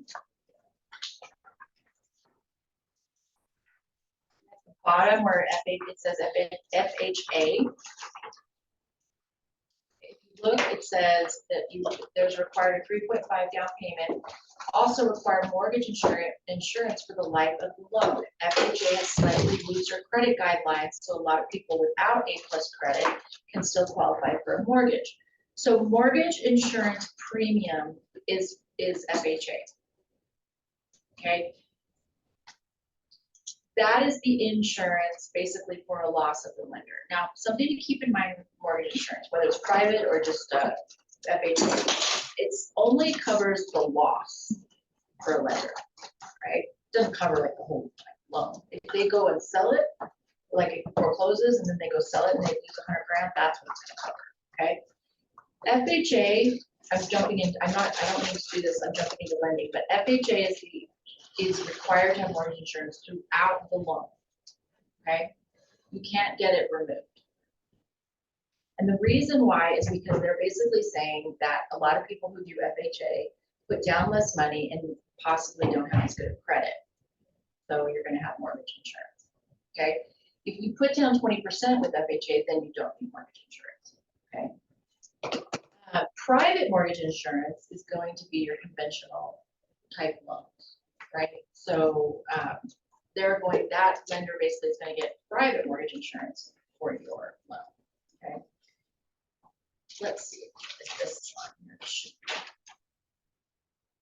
Lender's title insurance, the cost of the lender's policy, which protects the lender's investment. So what's lender's title insurance?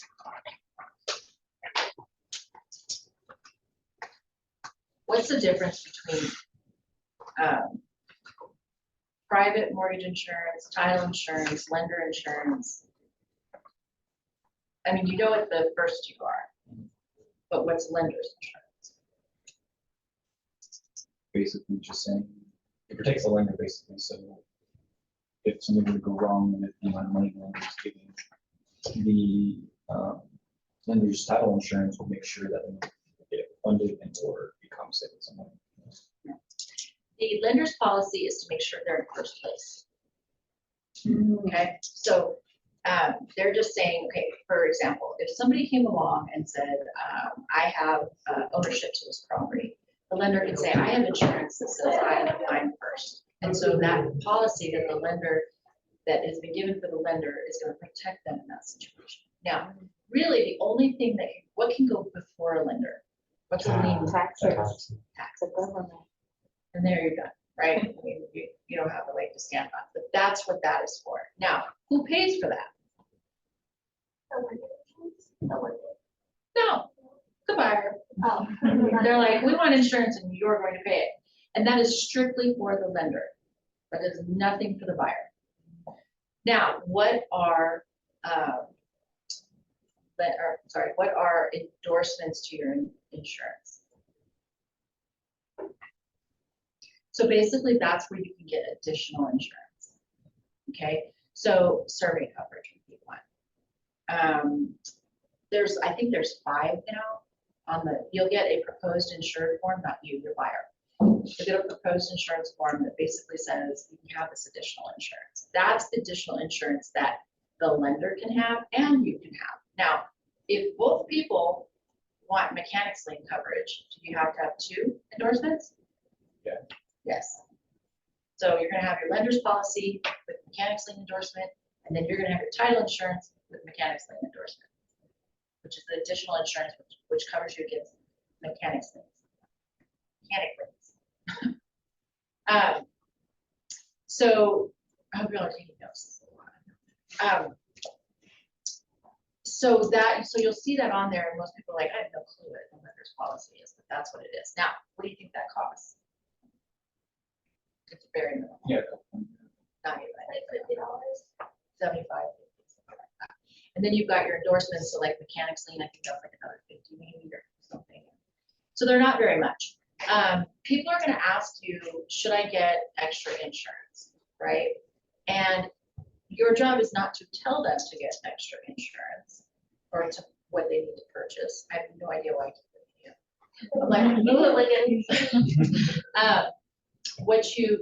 How you approach that conversation is, are you concerned that there could be a survey issue? Well, no, not really. Okay, so what's your thoughts behind getting survey coverage? Well, I just want to be careful, or I want to be safe. Okay, well, let's look at what the cost is and let's see if that, if it's important enough to you to pay that to get that insurance.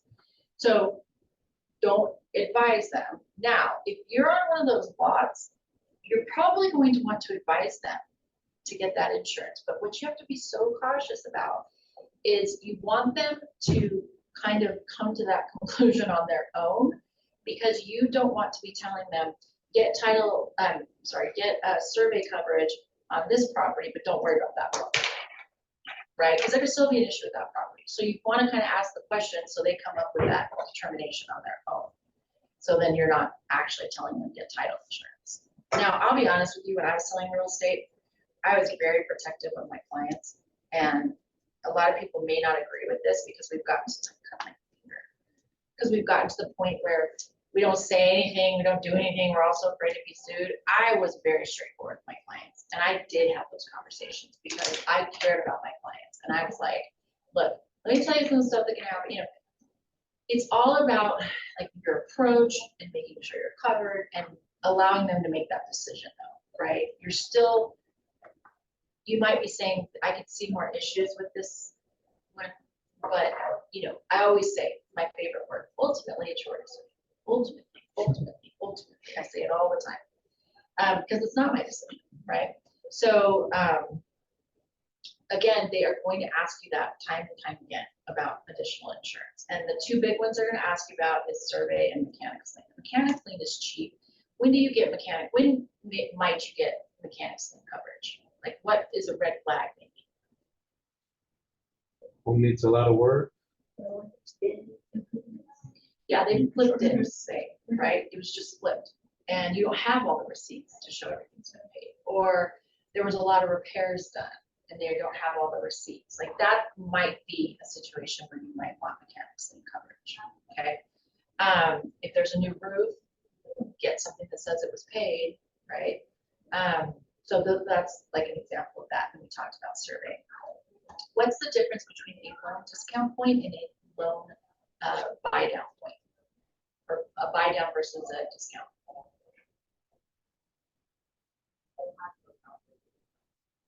A discount point is going to buy down your interest rate for the life of the loan. Okay, they're very expensive. If you pay what is 1 point? What does that mean? 1% of the loan, right? So if I pay 1% in a discount point, that's going to be a very minimal reduction in interest rate, and it's typically not going to be worth it. It could be 1/8 of a point, like an 8, like from 7 and an 1/8 to 7, right? And how much is that really going to change the payment? Now, where that can come into effect is if, say, you have a huge seller credit, and you're like, crap, I don't know what to do with it. You can discount your interest rate. A buy down is a temporary discount. And I hate to use the word discount, but it's a temporary reduction in your interest rate. Okay, so both of those are on your closing costs. So you need to know the difference between those two. So if I'm writing up a contract and I put buyer will pay discount point, buy down point, I check that off on the buyer's side. What does that mean? But the buyers If they're going to do it right. So it doesn't matter if I mark it or not. It's just saying if the buyer wants to do any of these things, it's going to be the buyer's cost, right? So what could be an issue if you mark it on the buyer's side and then you have a huge credit and then you want to go and use that credit to buy down the interest rate? What could the seller possibly say? No. They could say, no, you put in the purchase agreement that you're paying discount points. I'm not going to pay discount points, right? Be cautious with that, okay? That's why whenever you have, like, if the seller's giving you credit for anything, you need to make sure your wording is well written to say any cost associated with this transaction. Not loan fees and this and that, just say any fee associated with this transaction.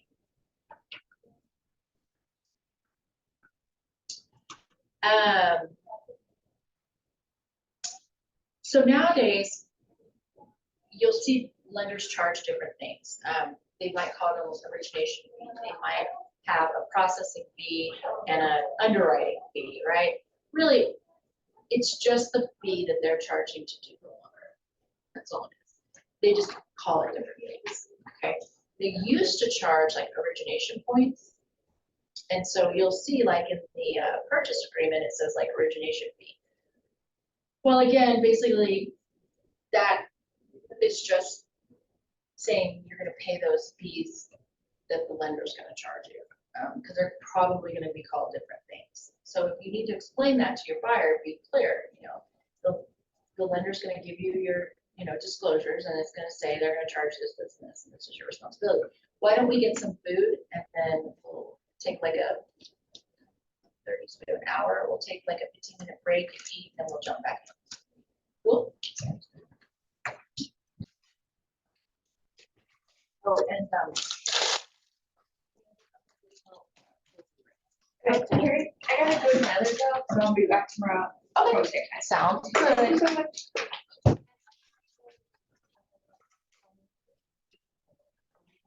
These ones are cheap, but it's different. I don't even know.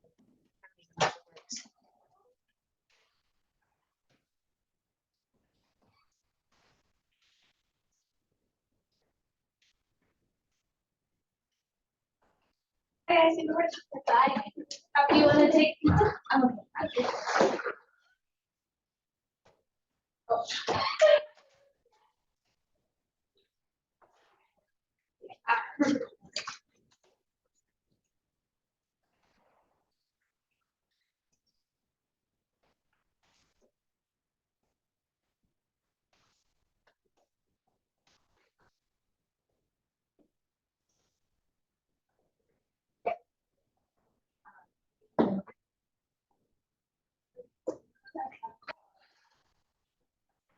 I'm like, okay, I'm like, you need to calm down. I just.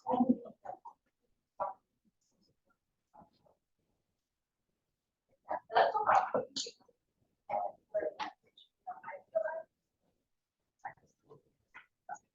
I'm sorry, I'll give him a call. SOS. Yes, no problem. I'm gonna get mad at him though when you call him and say, dude. I told them that, I'm like, just leave a voicemail. Well, I just get so many calls, right? You don't leave a message that I'm just. Well, I told him, figuring it out. I told him he's acting like, oh, Yeah. Right. Because it'll send you a text message. Yeah. Read it. And then when my brother only texts people but doesn't call them, I say you're acting like you're Gen Z. You stop, please. I hate texting. And I always say like, we don't text about important stuff, but we text call. Yeah. and it's important. I would just say, if you just say, call me, I'll call you. Like, I'm not gonna like not call you. But, I think it's because you're gonna get his butt, so I think he's like, yeah, I called him, like, oh. He's like, I don't wanna talk to her. I've never had this time.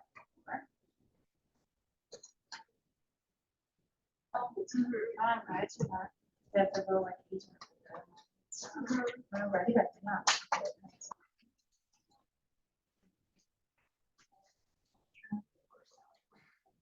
Oh, that, I think it was awesome. I'm really excited. Well, no, I'm happy for it. I don't know those little things. The little edamame. When they're not steamed. Oh, yeah. And I hate mushrooms. Hate them, like, We'll take extra. okay. I got sick one time off of mushrooms. And I just can't stand them. Especially cooked ones. Oh, like the saute. Oh, they're all slimy. Blech. Now I can't. I never get happy. Yeah, so it's I love mushrooms. I used to love mushrooms. But not anymore. I don't like it when a mushroom looks slightly sketchy on top. Like, it's really fun to talk about it, but not scrap. I don't like the taste of hot fresh.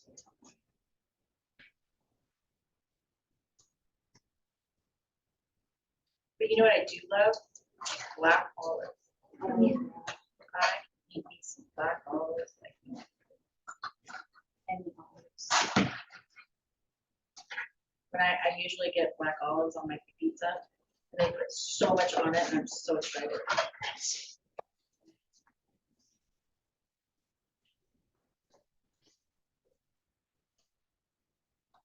Hello.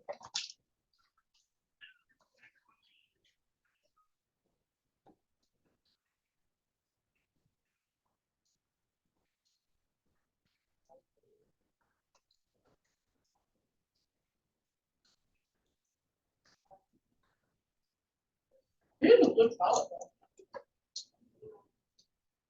I actually got mine.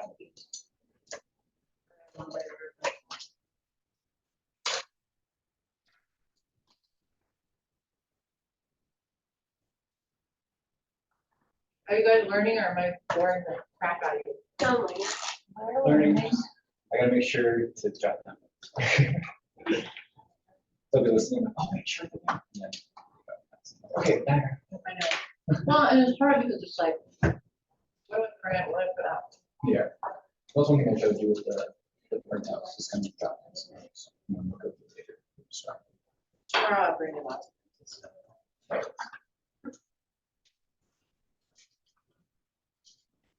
How many people here eat ranch with their pizza? What's the only way people do that? My ex-husband from Chicago. Oh, yeah, that's like a crime out there. Oh my gosh, it's like putting A1 on a steak. They are like, what? are you Anywhere in like the doing? Northeast, Uh-huh. it's like a crime out there.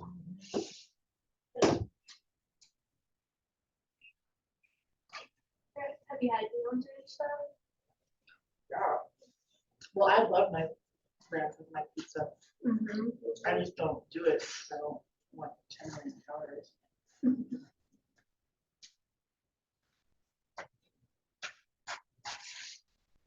When you're menopause, I can't overeat. I'll blow up. Then I'll be okay.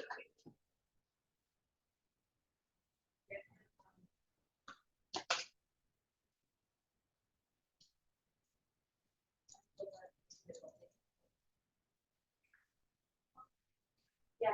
Oh, yeah.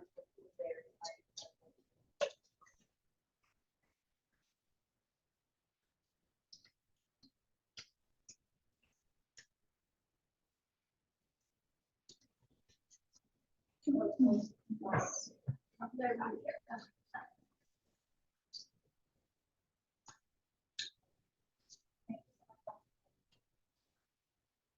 Do we need more napkins? There's some paper towels, like,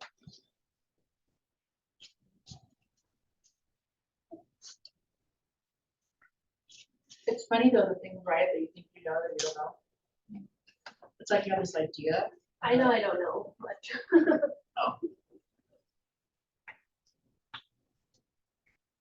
we suppose I can move to the real estate academy. I don't know. I mean, it's got information, but Tomorrow will be more interesting because I'll give like real examples of stuff. That's what I try to do, makes it more interesting to really hear the bad shit. Yeah. You're like, that is important. I feel like I just jumped into it. Like, all at once. And I was like, I have no idea. There's so much of it you're learning in the field. Yeah. And you're like, And I think I had like 7 at one time. I was like, I don't know. that's a lot, Like my first 2 months. that's a lot. Carrie, will we have a list of forms we need to represent a seller or to represent the buyer? It's in Brokerment, which we might just need to show you. Oh, There's a checklist. okay. Tomorrow, I'll bring that to you for you.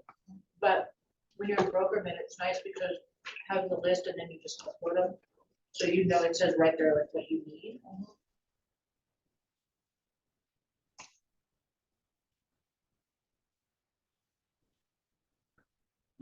I don't know, look at my phone.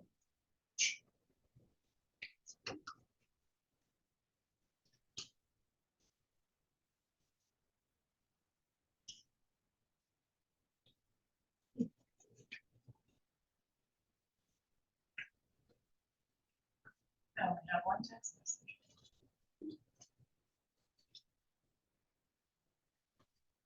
I have a lot of people in mute.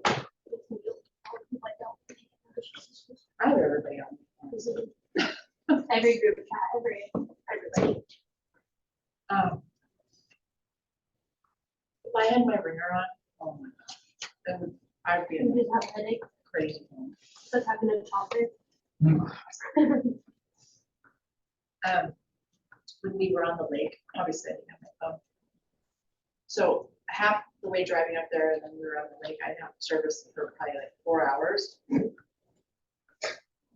Somebody love that. Came back like ding, ding, ding. It was awful. So then we went to the cabin. Spent hours making calls.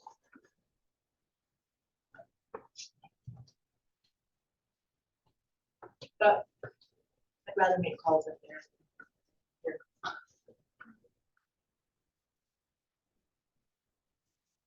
Have you guys ever floated that? I've done the white water rafting in Dallas. So I didn't even realize that there's like it's a town that's really not, it's called Pilar.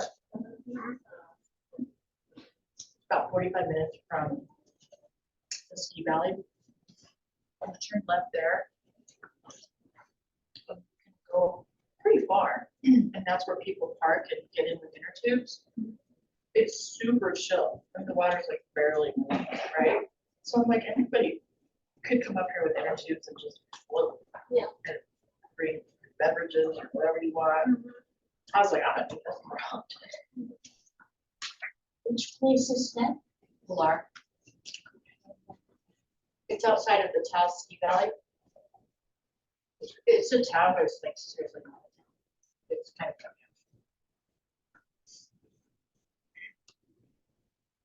So I always thought like you had to hire people and they had to take you, and it was a whole thing. And then I was like, oh, I know.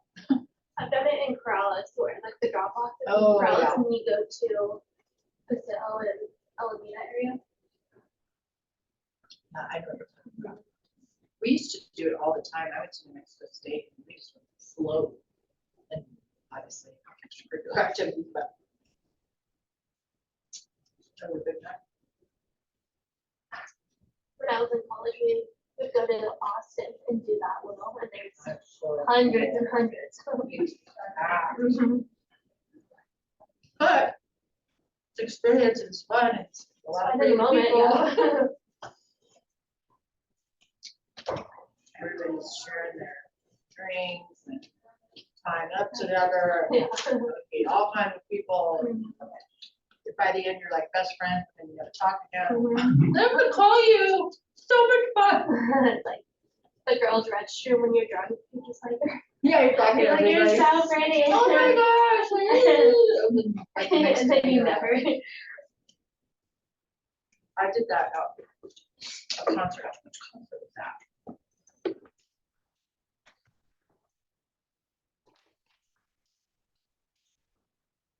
You realize that you I don't know. Met these girls and they're my best friends. We were Yeah. Lifelong friends. Took each other's numbers. So much for that.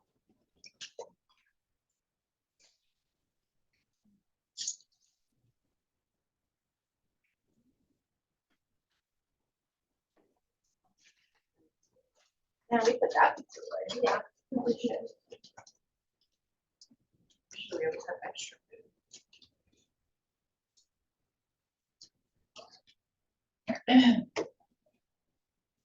I didn't eat dinner because I was doing this crap. I'm just kidding.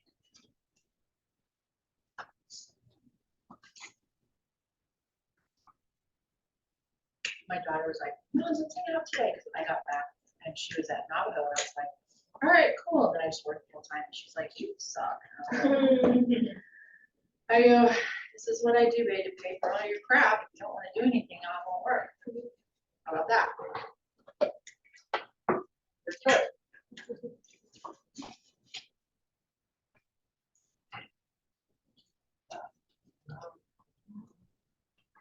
I love me something else.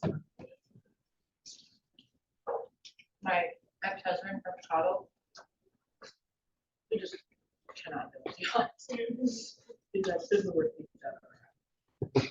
Yeah, whole thing's myself.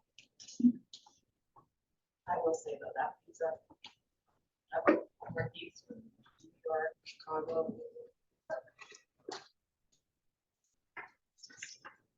Their deep dish.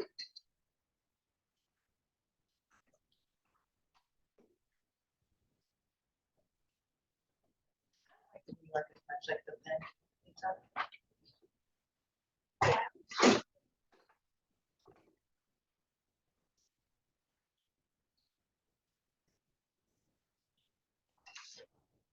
First time he took me to get a Chicago dog. But I was like, "What do you want?" So my husband was like, I want the, I don't know. It had like, it was like hot dog with bratwurst, with relish, with mustard, I mean, sauerkraut. I was like, can I just want a hot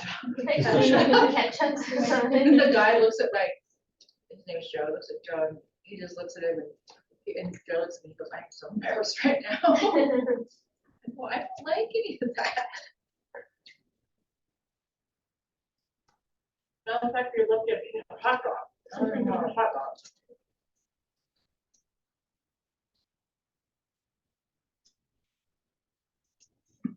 Glad you're done with that.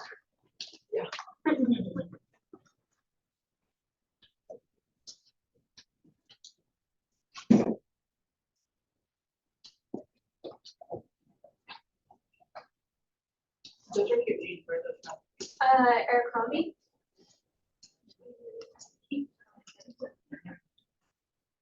All the problem with jeans now, like, now that they're like the higher rise, you overeat your shirt. Oh, yeah. Especially with these ones that are like, they don't. I was gonna stretch say, at when all. they don't have no stretch, you're like, oh, This it's bodysuit kind of awful. like tucks.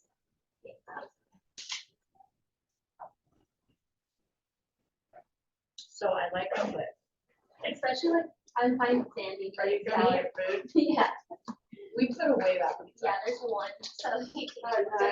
Oh. Normally, we always have tons of food. They need to start doing women's jeans like they do men's pants, where you know the waist and the length.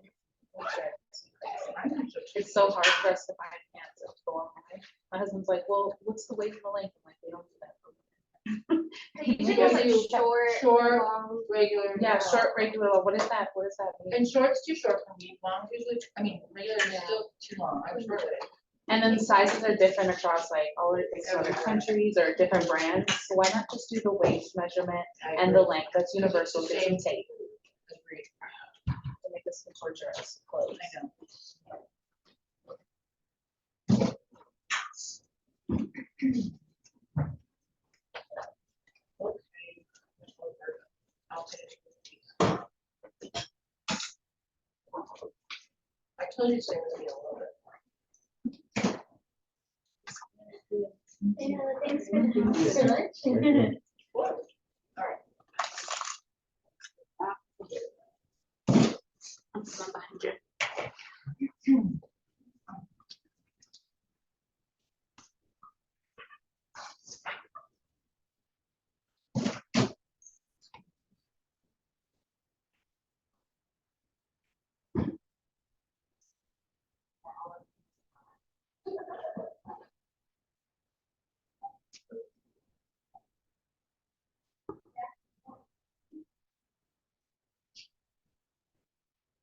Okay.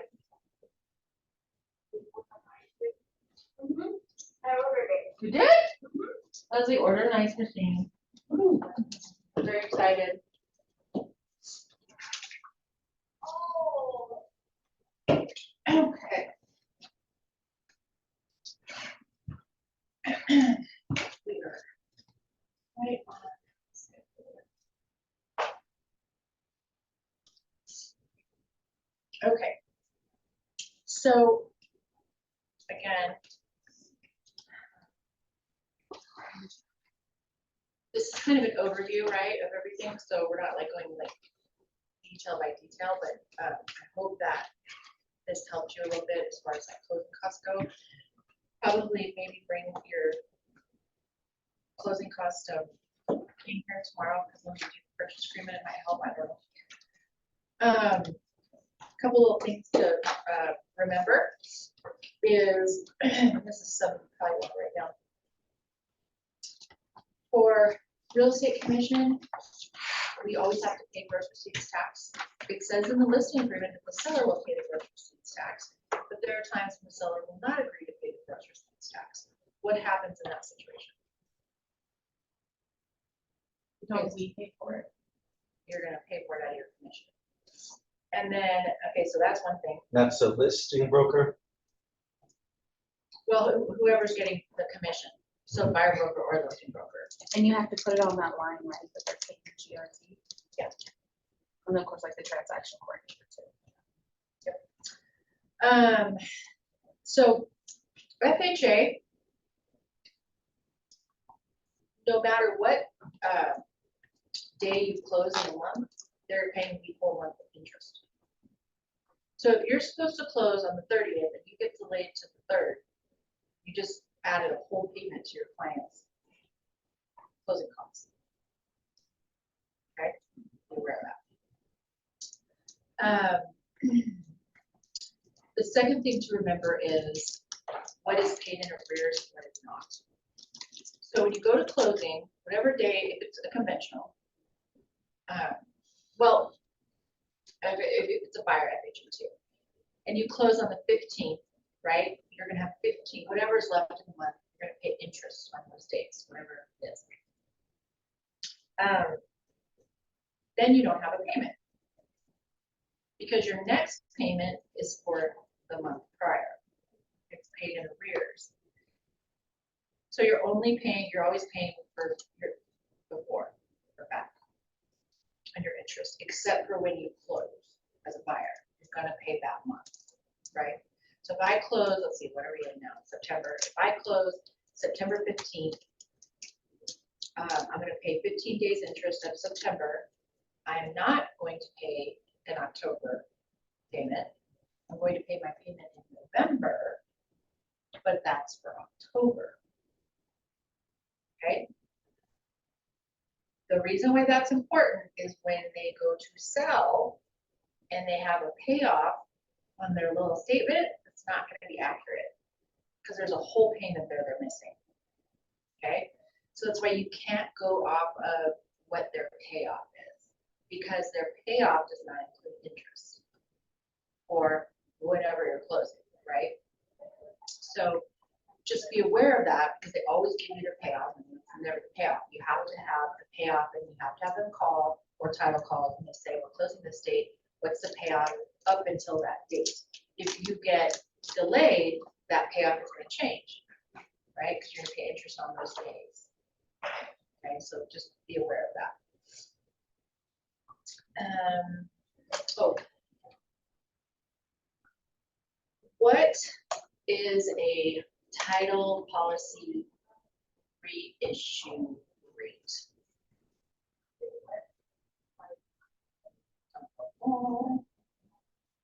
So when something you need to always tell your clients, and so for me, and we'll talk about this tomorrow, I always, I have a campaign that goes out to every buyer and seller, and it explains everything, okay? Those campaigns are in KB4, my campaign that you can use, okay? So for example,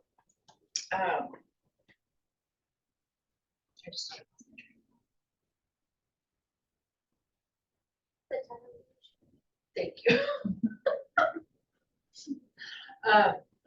So when you close for a buyer, you want to tell your buyer, when you get your title policy from the title company, which will be within 30 days, keep it, okay? Because when you go to sell, they will give you a reissue rate, which basically means that since you have your title policy, they only have to do a search back to that point. They don't have to do a search all the way to the beginning of time. Okay, so they'll give them a reissue rate. The shorter amount of time it is, so like if it's a year, you're gonna get a better discount. If it's 3 years, you're gonna get a less discount, but you're gonna get a discount, and they love discounts. So it's like you're saving the day. So like in my listing presentation, it has what I need from you, and that's one of the things I ask for. I need your title policy, and usually they don't know where it is. But now there's new regulation for title companies that title companies have to provide title policies to other title companies, although they can charge a fee. So sometimes it's like a wash, you know what I mean? But it really, they're only going to give you a discount if you have your title policy. Okay. The other thing is your survey reuse the survey as long as there is no changes.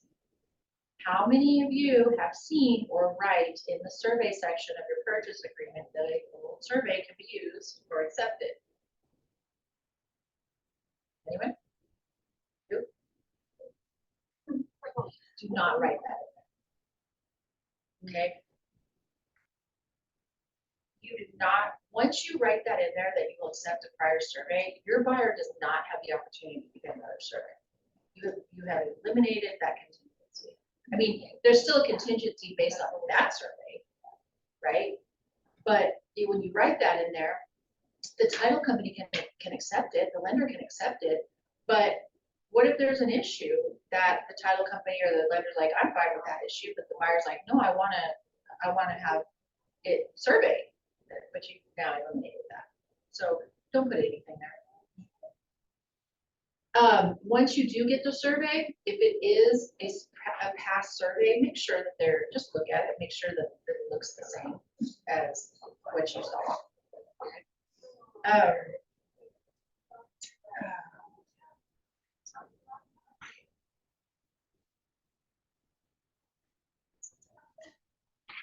Okay, so moving on, we're gonna talk about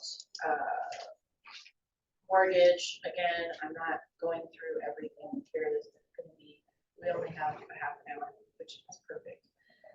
So what's the difference between a credit union, a credit union, a mortgage broker, and a mortgage banker? You'll actually hear those a little bit different here. I'll just explain to you. And so obviously a credit union is a bank, right? But it's like a private bank. So you get a mortgage from there. The big difference between a credit union and say like a bank is a lot of times you're going to get better interest rates because of just the way that the whole bank is built. Structure. Thank you. But also, they're not paying their employees typically commissions, right? These people are typically on salary. Okay, so a lot of times you'll get better interest rate. However, you might not get the quickness or close faster or whatever because it's really different, right? There's not like that person isn't like aiming for like if we don't close, I'm not gonna pay you or whatever. So just keep that in mind. You typically hear originator, but also broker will be used. And those are the people that are just brokering the deal, right? Their company is not lending the money. Okay. Then there's your banks, which is your more traditional Wells Fargo, Bank of America, Mexico Bank and Trust, Bank of Albuquerque, right? Then there's those. And they are similar to a credit union, but they're not, just because they do have originators and they run a little bit more like a broker, but a broker is just finding you the best deal. And they have different programs, more programs, because they can go to different institutions, right? Why do you think it's so difficult for when a buyer's getting a loan that there's so much red tape?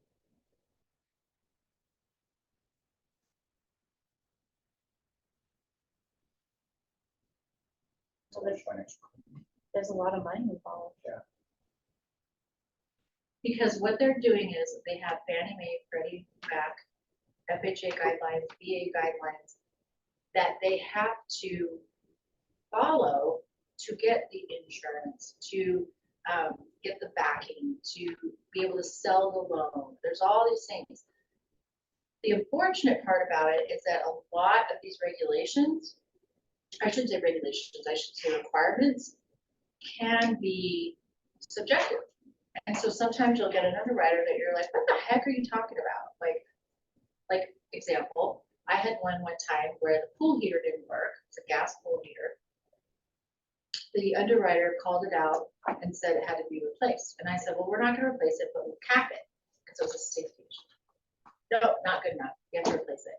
And I think they were colluding the buyer broker and the underwriter personally, because I don't even know why the underwriter had that information, but what do? You can't do anything. You can't force the buyer to go to another lender and then the buyer saying, no, you have to fix it. And you're just like, this sucks. So underwriters can come out with some weird stuff and you're just like, that makes no sense, but they can do that, right? So they have their guidelines, but they can take those guidelines to any extreme or to no extreme, right? I mean, they just follow them and they're loose. And then there's the ones that you're just like, oh my goodness gracious. So what do you think the difference is? Say, okay, Legacy Mortgage here, I don't know if you're familiar with them, but they're local. What do you think the difference is, say, between them and how they do business as opposed to, say, Wells Fargo? Legacy probably sells the loan. Wells Fargo doesn't give a crap, right? They're doing millions of loans, right? They're gonna have their underwriters, they're gonna follow the guidelines, they don't care. Companies like Legacy or smaller companies here that you're working with, like a person you have a relationship with, they are going to watch out for your buyer. They do have underwriters, which can still be a pain in the ass, but each loan is going to be more important than if you're just going to big banks. I wouldn't go to a big bank for a loan to save my life. When we had that burst in 2007, if you guys, have you ever watched The Big Short? So those big companies destroyed our whole housing market by how they were doing business. And I'm not saying that I wouldn't get a loan because of that. I'm just saying that I would way prefer to work with somebody who's got my best interest, who's going to take care of my buyer, who I trust, who isn't going to 2 days before closing say, sorry, I mean, that still can happen, but you have more recourse. So that's like kind of the differences between who, like, originators and whatnot. So that is why in my campaign that I send out to buyers and sellers, because they're different, like the buyer, I basically say, you're going to be giving your blood. And the seller, I say, it's very difficult. There's going to be issues, or there could be issues, I don't know how to word it, but which could delay us, and there's nothing we can do about it, right? There isn't. And now, after 2007, they got so strict because of that, because there was predatory lending and the way they were bundling, A+ loans with C loans or D loans, and then selling them, on the Secondary market. You're really good at that. So watch that movie if you haven't seen it. It will really open up your eyes to what goes on behind the scenes. What was the name of that movie? The Big Short. It's the whole thing, from how it started to the crash. And after. And who bailed out those big banks? We did. Our government.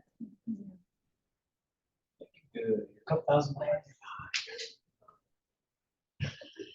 Okay, so what is the first thing you do? Not the first thing. One of the first things you do when you have an accepted contract. Make sure the lender has the purchase agreement. I don't care who you're representing, buyer, seller. I don't ever want to hear, well, the buyer broker didn't send it over, or the buyer, or the seller broker, or whatever. I don't care. Your job is to make sure that that document, the purchase agreement, gets to the mortgage company and the title company. Okay. I cannot tell you how many times days go by and nobody sent the purchase agreement to the lender, and then we're delayed.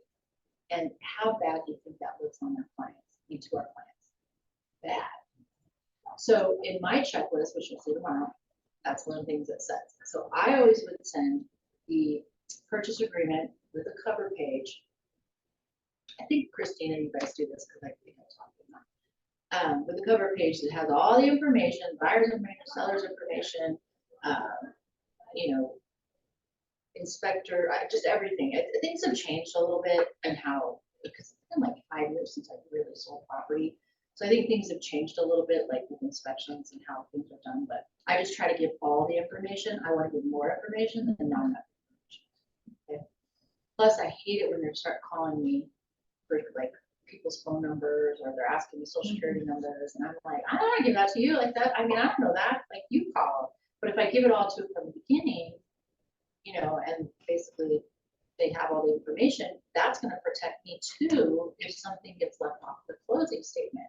So I also send an email prior to closing, what's owed, you know, we had these repairs done, they weren't paid, blah, blah, blah. Here's the invoice, this inspection was done, it hasn't been paid, this inspection was done, was paid, you know, I put all the information on there. What is the difference between, I'll skip it. So let's hold tight on this a second. So on page 2 is just kind of the whole gist of processes of the loan, which is pretty self-explanatory. So you guys can read that. If you go into the loan programs, we've got conventional.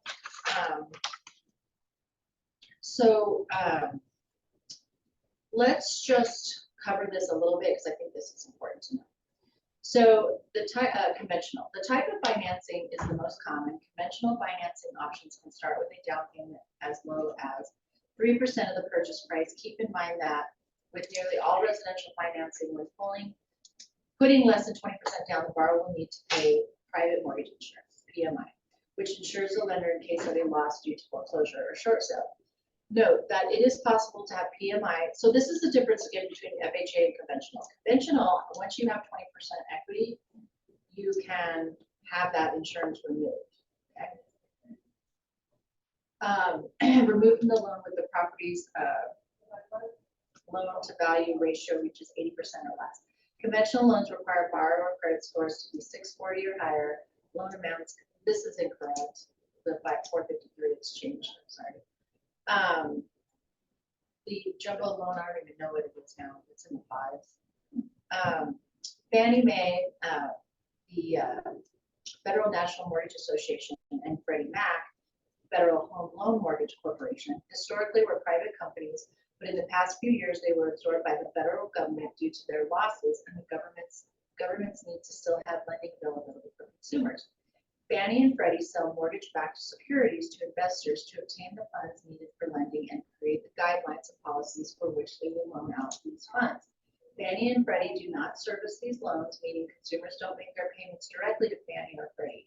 Instead, Fannie and Freddie, I don't know why they name them. Fannie and Freddie pay a servicing premium to lenders to collect borrower payments and manage mortgage escrow accounts set up for tax and insurance payments. Does that make sense? Okay. FHA is an FHA loan is a mortgage insured by the Federal Housing Administration, a government agency within the Department of Housing and Urban Development. We read that. There's a little bit more paperwork involved. The property standards are a little more stringent.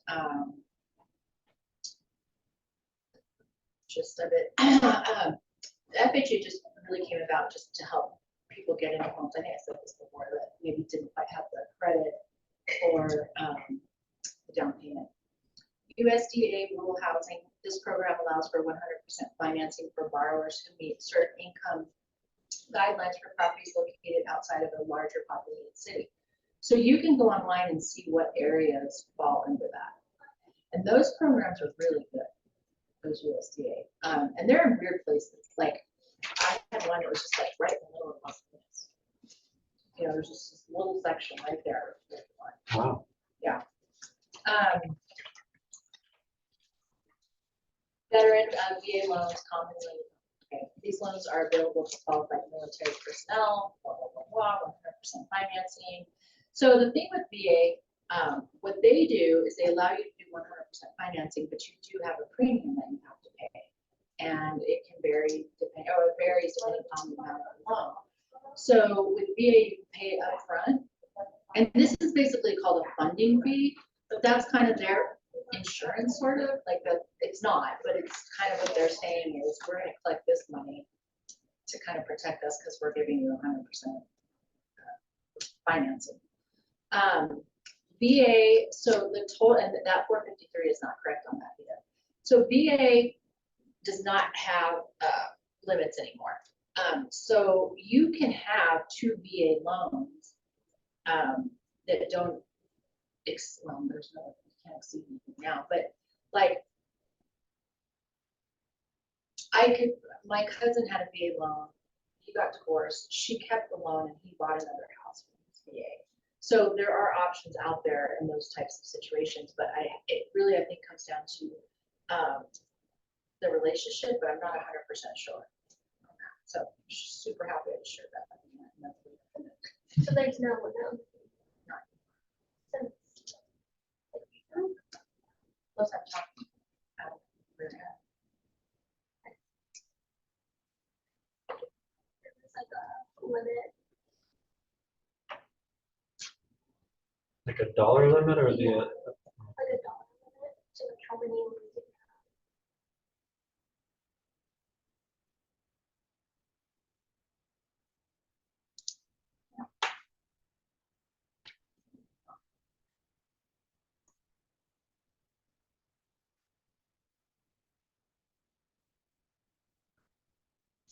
can still working.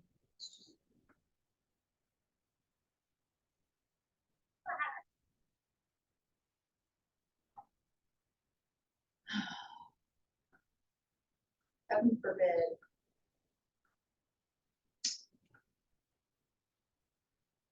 It says it's 726.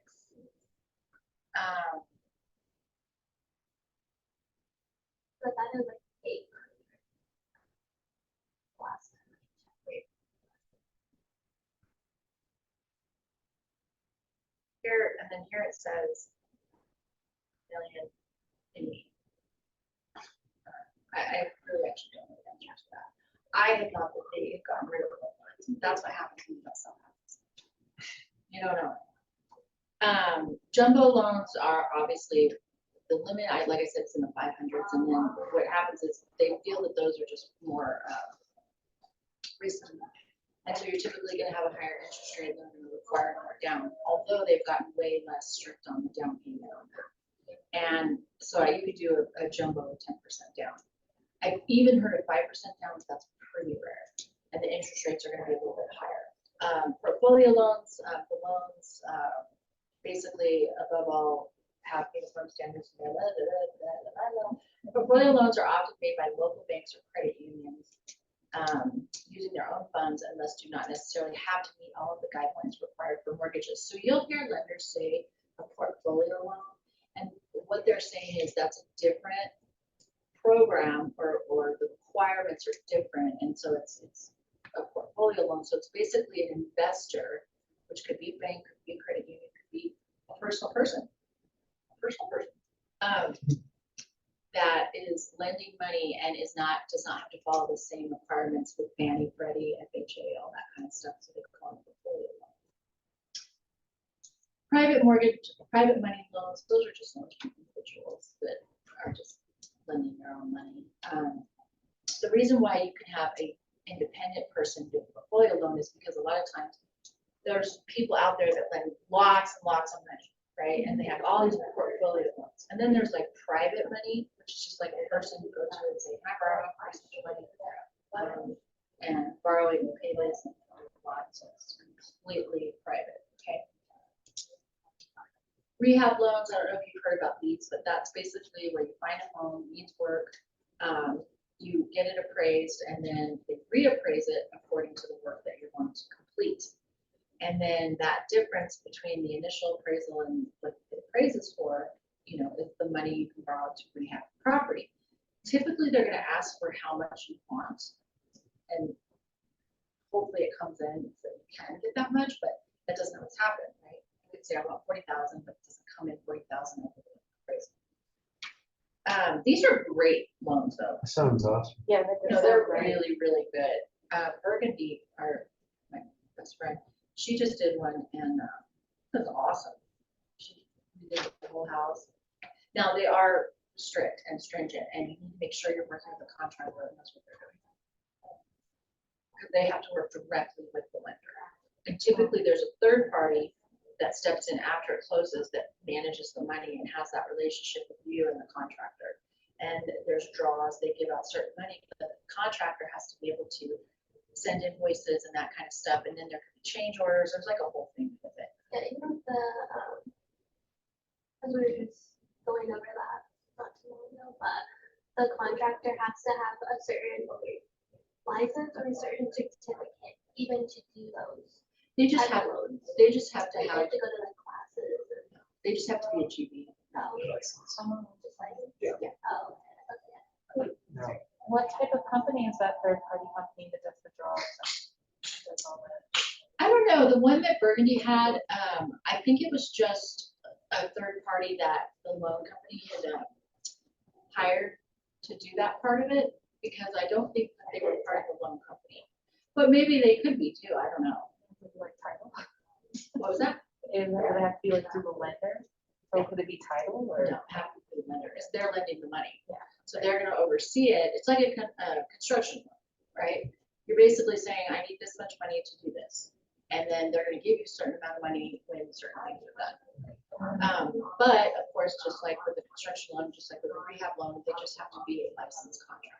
It could probably be a different GB, you know, because there are different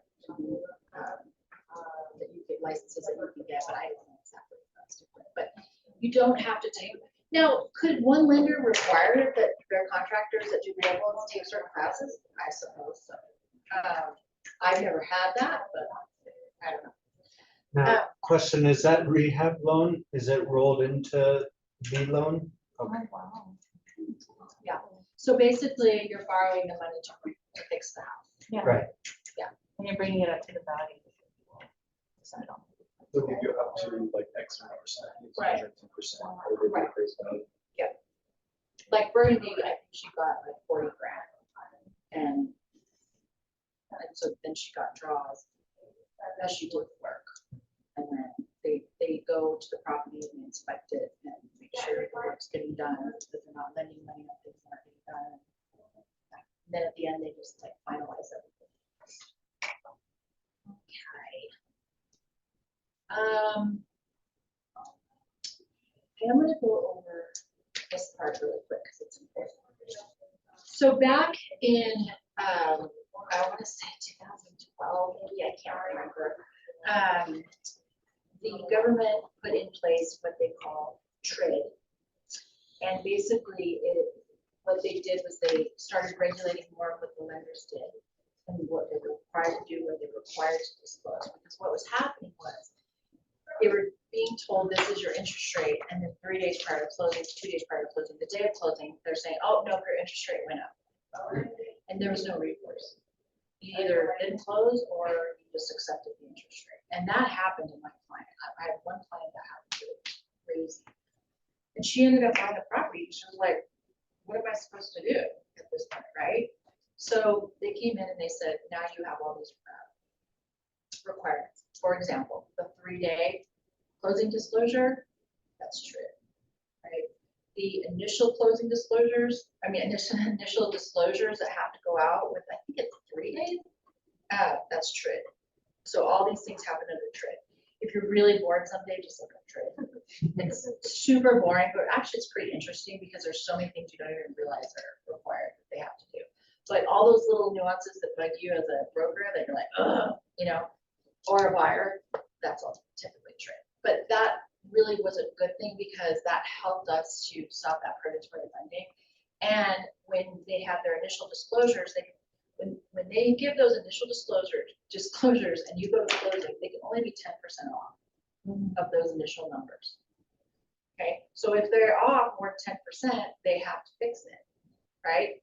And the other thing is to keep in mind, this is totally off the subject of that, but make sure your clients, the lender, you have a good lender and they're locking them in on their interest rate. I can't tell you how many times people didn't get locked in and then all of a sudden they go to get locked in. So, and if you don't have a good lender, they may not tell them to lock in, right? Interest rates go up, Especially right now, right? 'Cause it's just kind of so volatile. so that's where all those disclosures and all that stuff comes from, this trip, okay? Something I didn't mention about the title company is when you do go to close, and Mentissa brought this up, they do balance everything, right? But that closing statement is completely different than the closing disclosure. Closing disclosure comes from the lender. The lender gives the closing disclosure to title. Title and the lender work together to balance it out. Then the lender sends it, because the title company has to let the lender know like what fees and all the things that are being charged, right? So once they do that, then the lender sends it to the buyer 3 days prior to closing. And according to Trick, that does include Saturday, but not all lenders do that. I'm one of those weird people that like to have information just because I'm an asshole sometimes. And I just want to be like, no, that's not what Trick says. So they give the closing disclosure, buyer signs off on it, and then go to closing, right? So the closing statement is for the title company, and the title company produces that, which is basically going to be the same as the closing disclosure. It's just the closing disclosure is very confusing to me personally, the way it's all written out. There's just not really a rhyme or reason to all of it. I mean, it's like all the fees, but I'm just like, what's like the organization? But then the statement is what lays it all out. Something else I recommend that you do is do ask the title company for both buyer and seller closing statements. Not to give to your client, but to make sure everything's on there, right? Make sure everything's getting paid for, right? If there's something that needs to be paid for, and the seller's paying it, but you're representing the buyer, you want to make sure that that's on there, right? Credits, all kinds of stuff. Okay, appraisal, that could be a whole class, which we're not going to go through. Is everything negotiable on that closing statement or? Yes, you mean between the buyer and the seller? Yes. Yes. It used to be that the termite inspection had to be paid for by the seller for VA. That is not the case anymore. So everything's negotiable. There's no requirement of who has to pay that. Okay. Last thing we're going to talk about, I'll probably touch on appraisals a little bit the next 2 days, but that is just such a long class that I usually just teach that separately. But and the reason why it's important though to know about appraisals is just to understand what's going on. So when you get an appraisal that doesn't come in, you understand, because I remember arguing with appraisers, but I didn't understand how appraisals work. So finally I went to an appraisal class because I was like, this is stupid.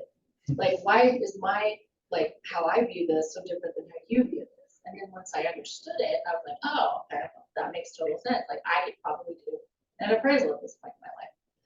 But let's talk just a minute and then we'll be done about property taxes. Okay, try to make this really fast. Okay, so obviously property taxes are levied. Every state has different, it's called mill rate, right? And they're all different. And they're different according to the location in the state. And then what they do is they take the valuation of the property, the land, and the real property, right? And when we say real property, what we're not talking about giving value to a shed. You know, we're talking about like the real property that gives, like, they typically are not going to give, well, they're not going to give value to a pool. It's different than an appraisal, okay? They're going to evaluate the real property and the land. Then they take a third of that, and then that's where they come up with the value, and then they use the mill rate, and that's where they come up with the property taxes, okay? They are paid in arrears, remember that. So I'm not going to go down this road, I'm just going to tell you a little bit. So every time property taxes are paid, that's from like 6 months ago. So when a seller goes to close, they are going to have all the property taxes owed from the last time they were paid, which can actually be over 6 months of property taxes because of the way they were paid in arrears, okay? So keep that in mind because sellers freak out. They're like, why do I want property tax? Like, well, you're paying for them all there. But if you have a loan with an escrow account or an impound account, typically, depending upon when those property taxes are coming due, there should be a fairly good amount of money in that impound account, but that money is not going to be used to pay the property taxes at closing. The property taxes have to be paid for by the title company in order to get title insurance, right? Now, title insurance isn't going to cover you for any of that, but that's something that saying that they're gonna do. Then within 30 days, the mortgage company will refund back that impound account to the seller. Okay, the seller can call, find out what's in the impound account. Okay. So it kind of turns out to be a wash, but every now and then, if there's not much money in there, they're not gonna get a lot back.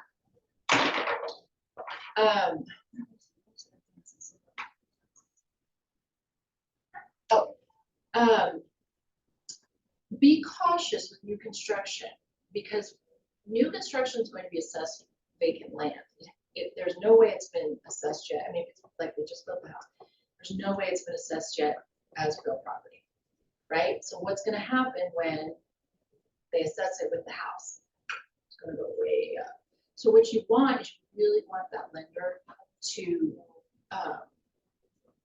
start collecting a proper amount of property taxes for your buyer, so your buyer doesn't all of a sudden have a deficit or freaks out or isn't used to that payment, or you have a conversation. I don't know. It depends on what the lender is willing to do, but your buyer needs to understand that. Okay. The last thing I'm going to tell you, which is very important, just to understand, is that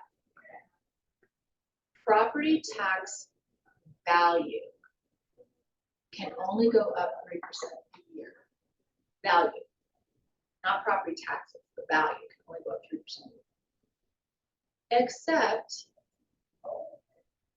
with the transfer of property when you close with the title company. Because the title company is required by law to disclose to the assessor what the sale price was. So they're going to reevaluate valuation at that time. So if Mrs. Smith and Mr. Smith bought a house in 1950, they still live there, right? Mr. and Mrs. Jones bought a house in 1950, but they sell it in 1980. Let's say 2000. Okay. Those property taxes are now going to be valued at that purchase price. Okay. Mr. and Mrs. Smith's could only go up 3% a year. So their property taxes may be much lower than the property taxes next door because the house sold. And that is called tax lightning. And there was a class action lawsuit here that way back, like, I mean, not way back, like 15 years ago, where they said that that was unconstitutional, that you could have the same house next to each other, and one's taxes are twice as much as the other. The New Mexico Supreme Court said, nope, we're not changing the law. 3% a year unless it sells, and the title company has to disclose to us the sale price. So, why is that important? Because the tax levy. Yeah. So have you ever seen a tax levy that's double the current taxes or way higher? That's why. Because now they're evaluating that price. And before it was. Yep. So what's a way, let's say you wanted to buy a property, what's a way to get around it? Like a real estate contract or Okay. what's that? Don't go through a title company. Just escrow company? No, just, I shouldn't say that. So like, I bought a few properties, right? And I did them off the books. I knew the people. I didn't need all the things, okay? Right. So it was never disclosed to the title or to the assessor, the new purchase price. Mhm. So they never, so it's 3% a year, right? Mhm. I didn't do that to get away or to get out of paying more taxes. I just do investments and stuff, and I didn't need to go through a title company. Because a lot of times you're just trading paper. You're not even doing much more than that. So in that case, my property taxes didn't go up. But because the law now says that you have to disclose the sale price, they're going to go up. So you just need to be able to explain that to your client when you give the tax levy and you give the tax bill, because what's required? Tax levy and previous year tax bill, right? Everybody know that? And they freak out because they go, what the heck? Why did the taxes go up $2,000? Probably because it hasn't sold in a really long time and now it's being valued at the purchase price. So you just need to be aware that that's the case. Carrie, you said sometimes lenders require some repairs, right? Repairs, Yeah. they can, I mean, we're gonna talk about this too, but it depends upon what information is given to them, whether or not they might require a repair. Because mostly, this is fraud, it really is, but we're still doing fraud with the new ORR, so it's not like I'm saying do fraud. Because we're still doing it with the new ORR, the objection resolution and repairs, because we're still withholding information from the lender, right? And that's fraud, because you're supposed to give all information to the lender to make the decision of whether or not the person qualifies for the loan. So we give them the information that we want to about repairs, which is not everything. And sometimes we give them no information because we do credit, right? So it depends upon the information that they have, what they may or may not require. So if we require that something is repaired, and if that requires additional expense for the seller, Well, can seller refuse the that? seller can refuse, and it is still negotiable. I have had multiple deals where the buyer said they were so desperate to buy the house, they're like, we'll pay for the repairs ourselves, this is prior to closing. And then we'll close and I'll be out that money, because they didn't want to lose the house and the seller would pay the repair. You know, so everything's negotiable.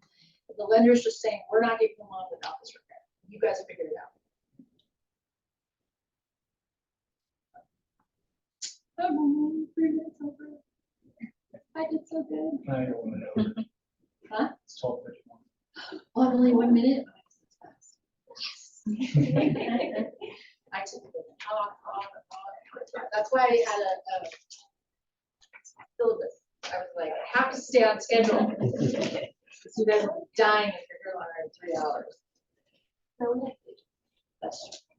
So I will see you tomorrow. Tomorrow's gonna be pretty in-depth because we're really gonna go through contract to close. What's gonna go on. And to be honest, I mean, I think this class should be 9 to 5 all week, but we'll do our best. Get as much as we can. You said 9 o'clock. I mean, there's not much information, but that you guys will remember. Real estate. Like, wait, what? Just,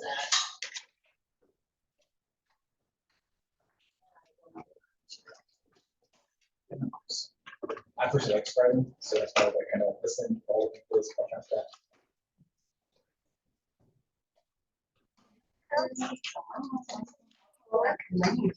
Yeah, it's nice.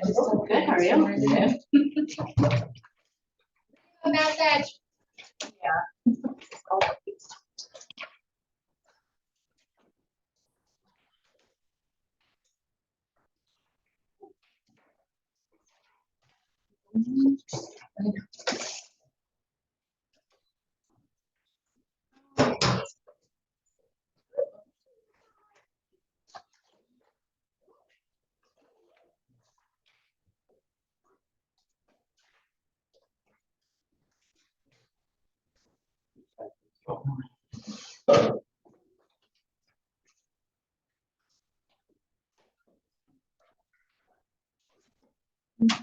You got it. Yes, thank you. Bye, Carrie, thank you. Bye. See you tomorrow. Tomorrow, 9:30, correct? Yes. Because on the Google calendar it says 9. So, Oh, does it? Yeah. Yeah, I the, was right the text this that morning came too. out, it was 9. Oh, I'm sorry. No, It's it's okay. 9:30. There's just like something with the sale, like there was like a holdup, so I was Oh, late, but I was 9:30. early. Yeah. I'm sorry. like I pulled it like 9:15. I'm like, oh, no, I'm late. And then Oh. it's just being silent. I'm like, oh. Good. All right, Karen, Chris, All right, see you guys later.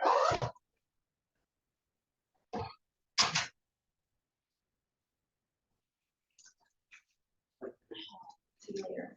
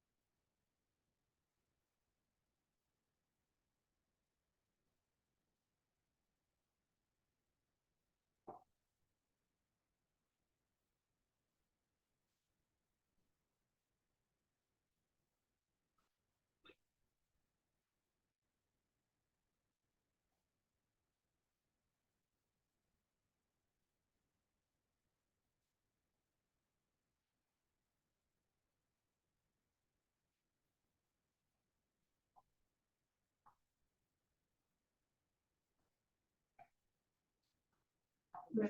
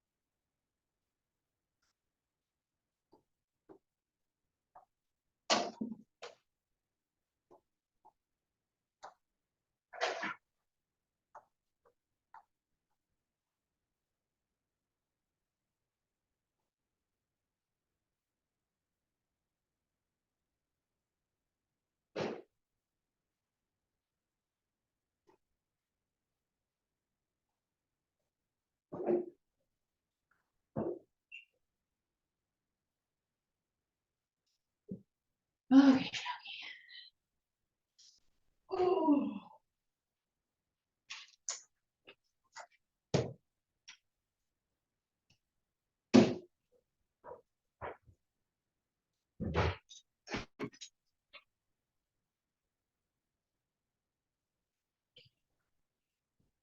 All right, thank you, Dawn, you're so sweet, of course. Pleasure, very much appreciate that.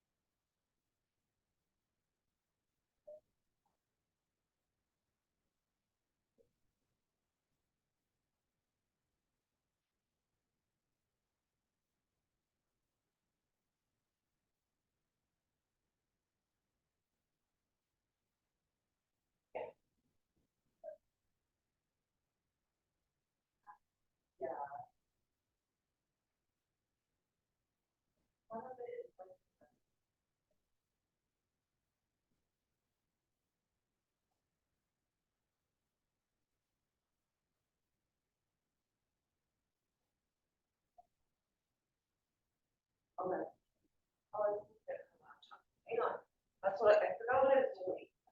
Got me all distracted.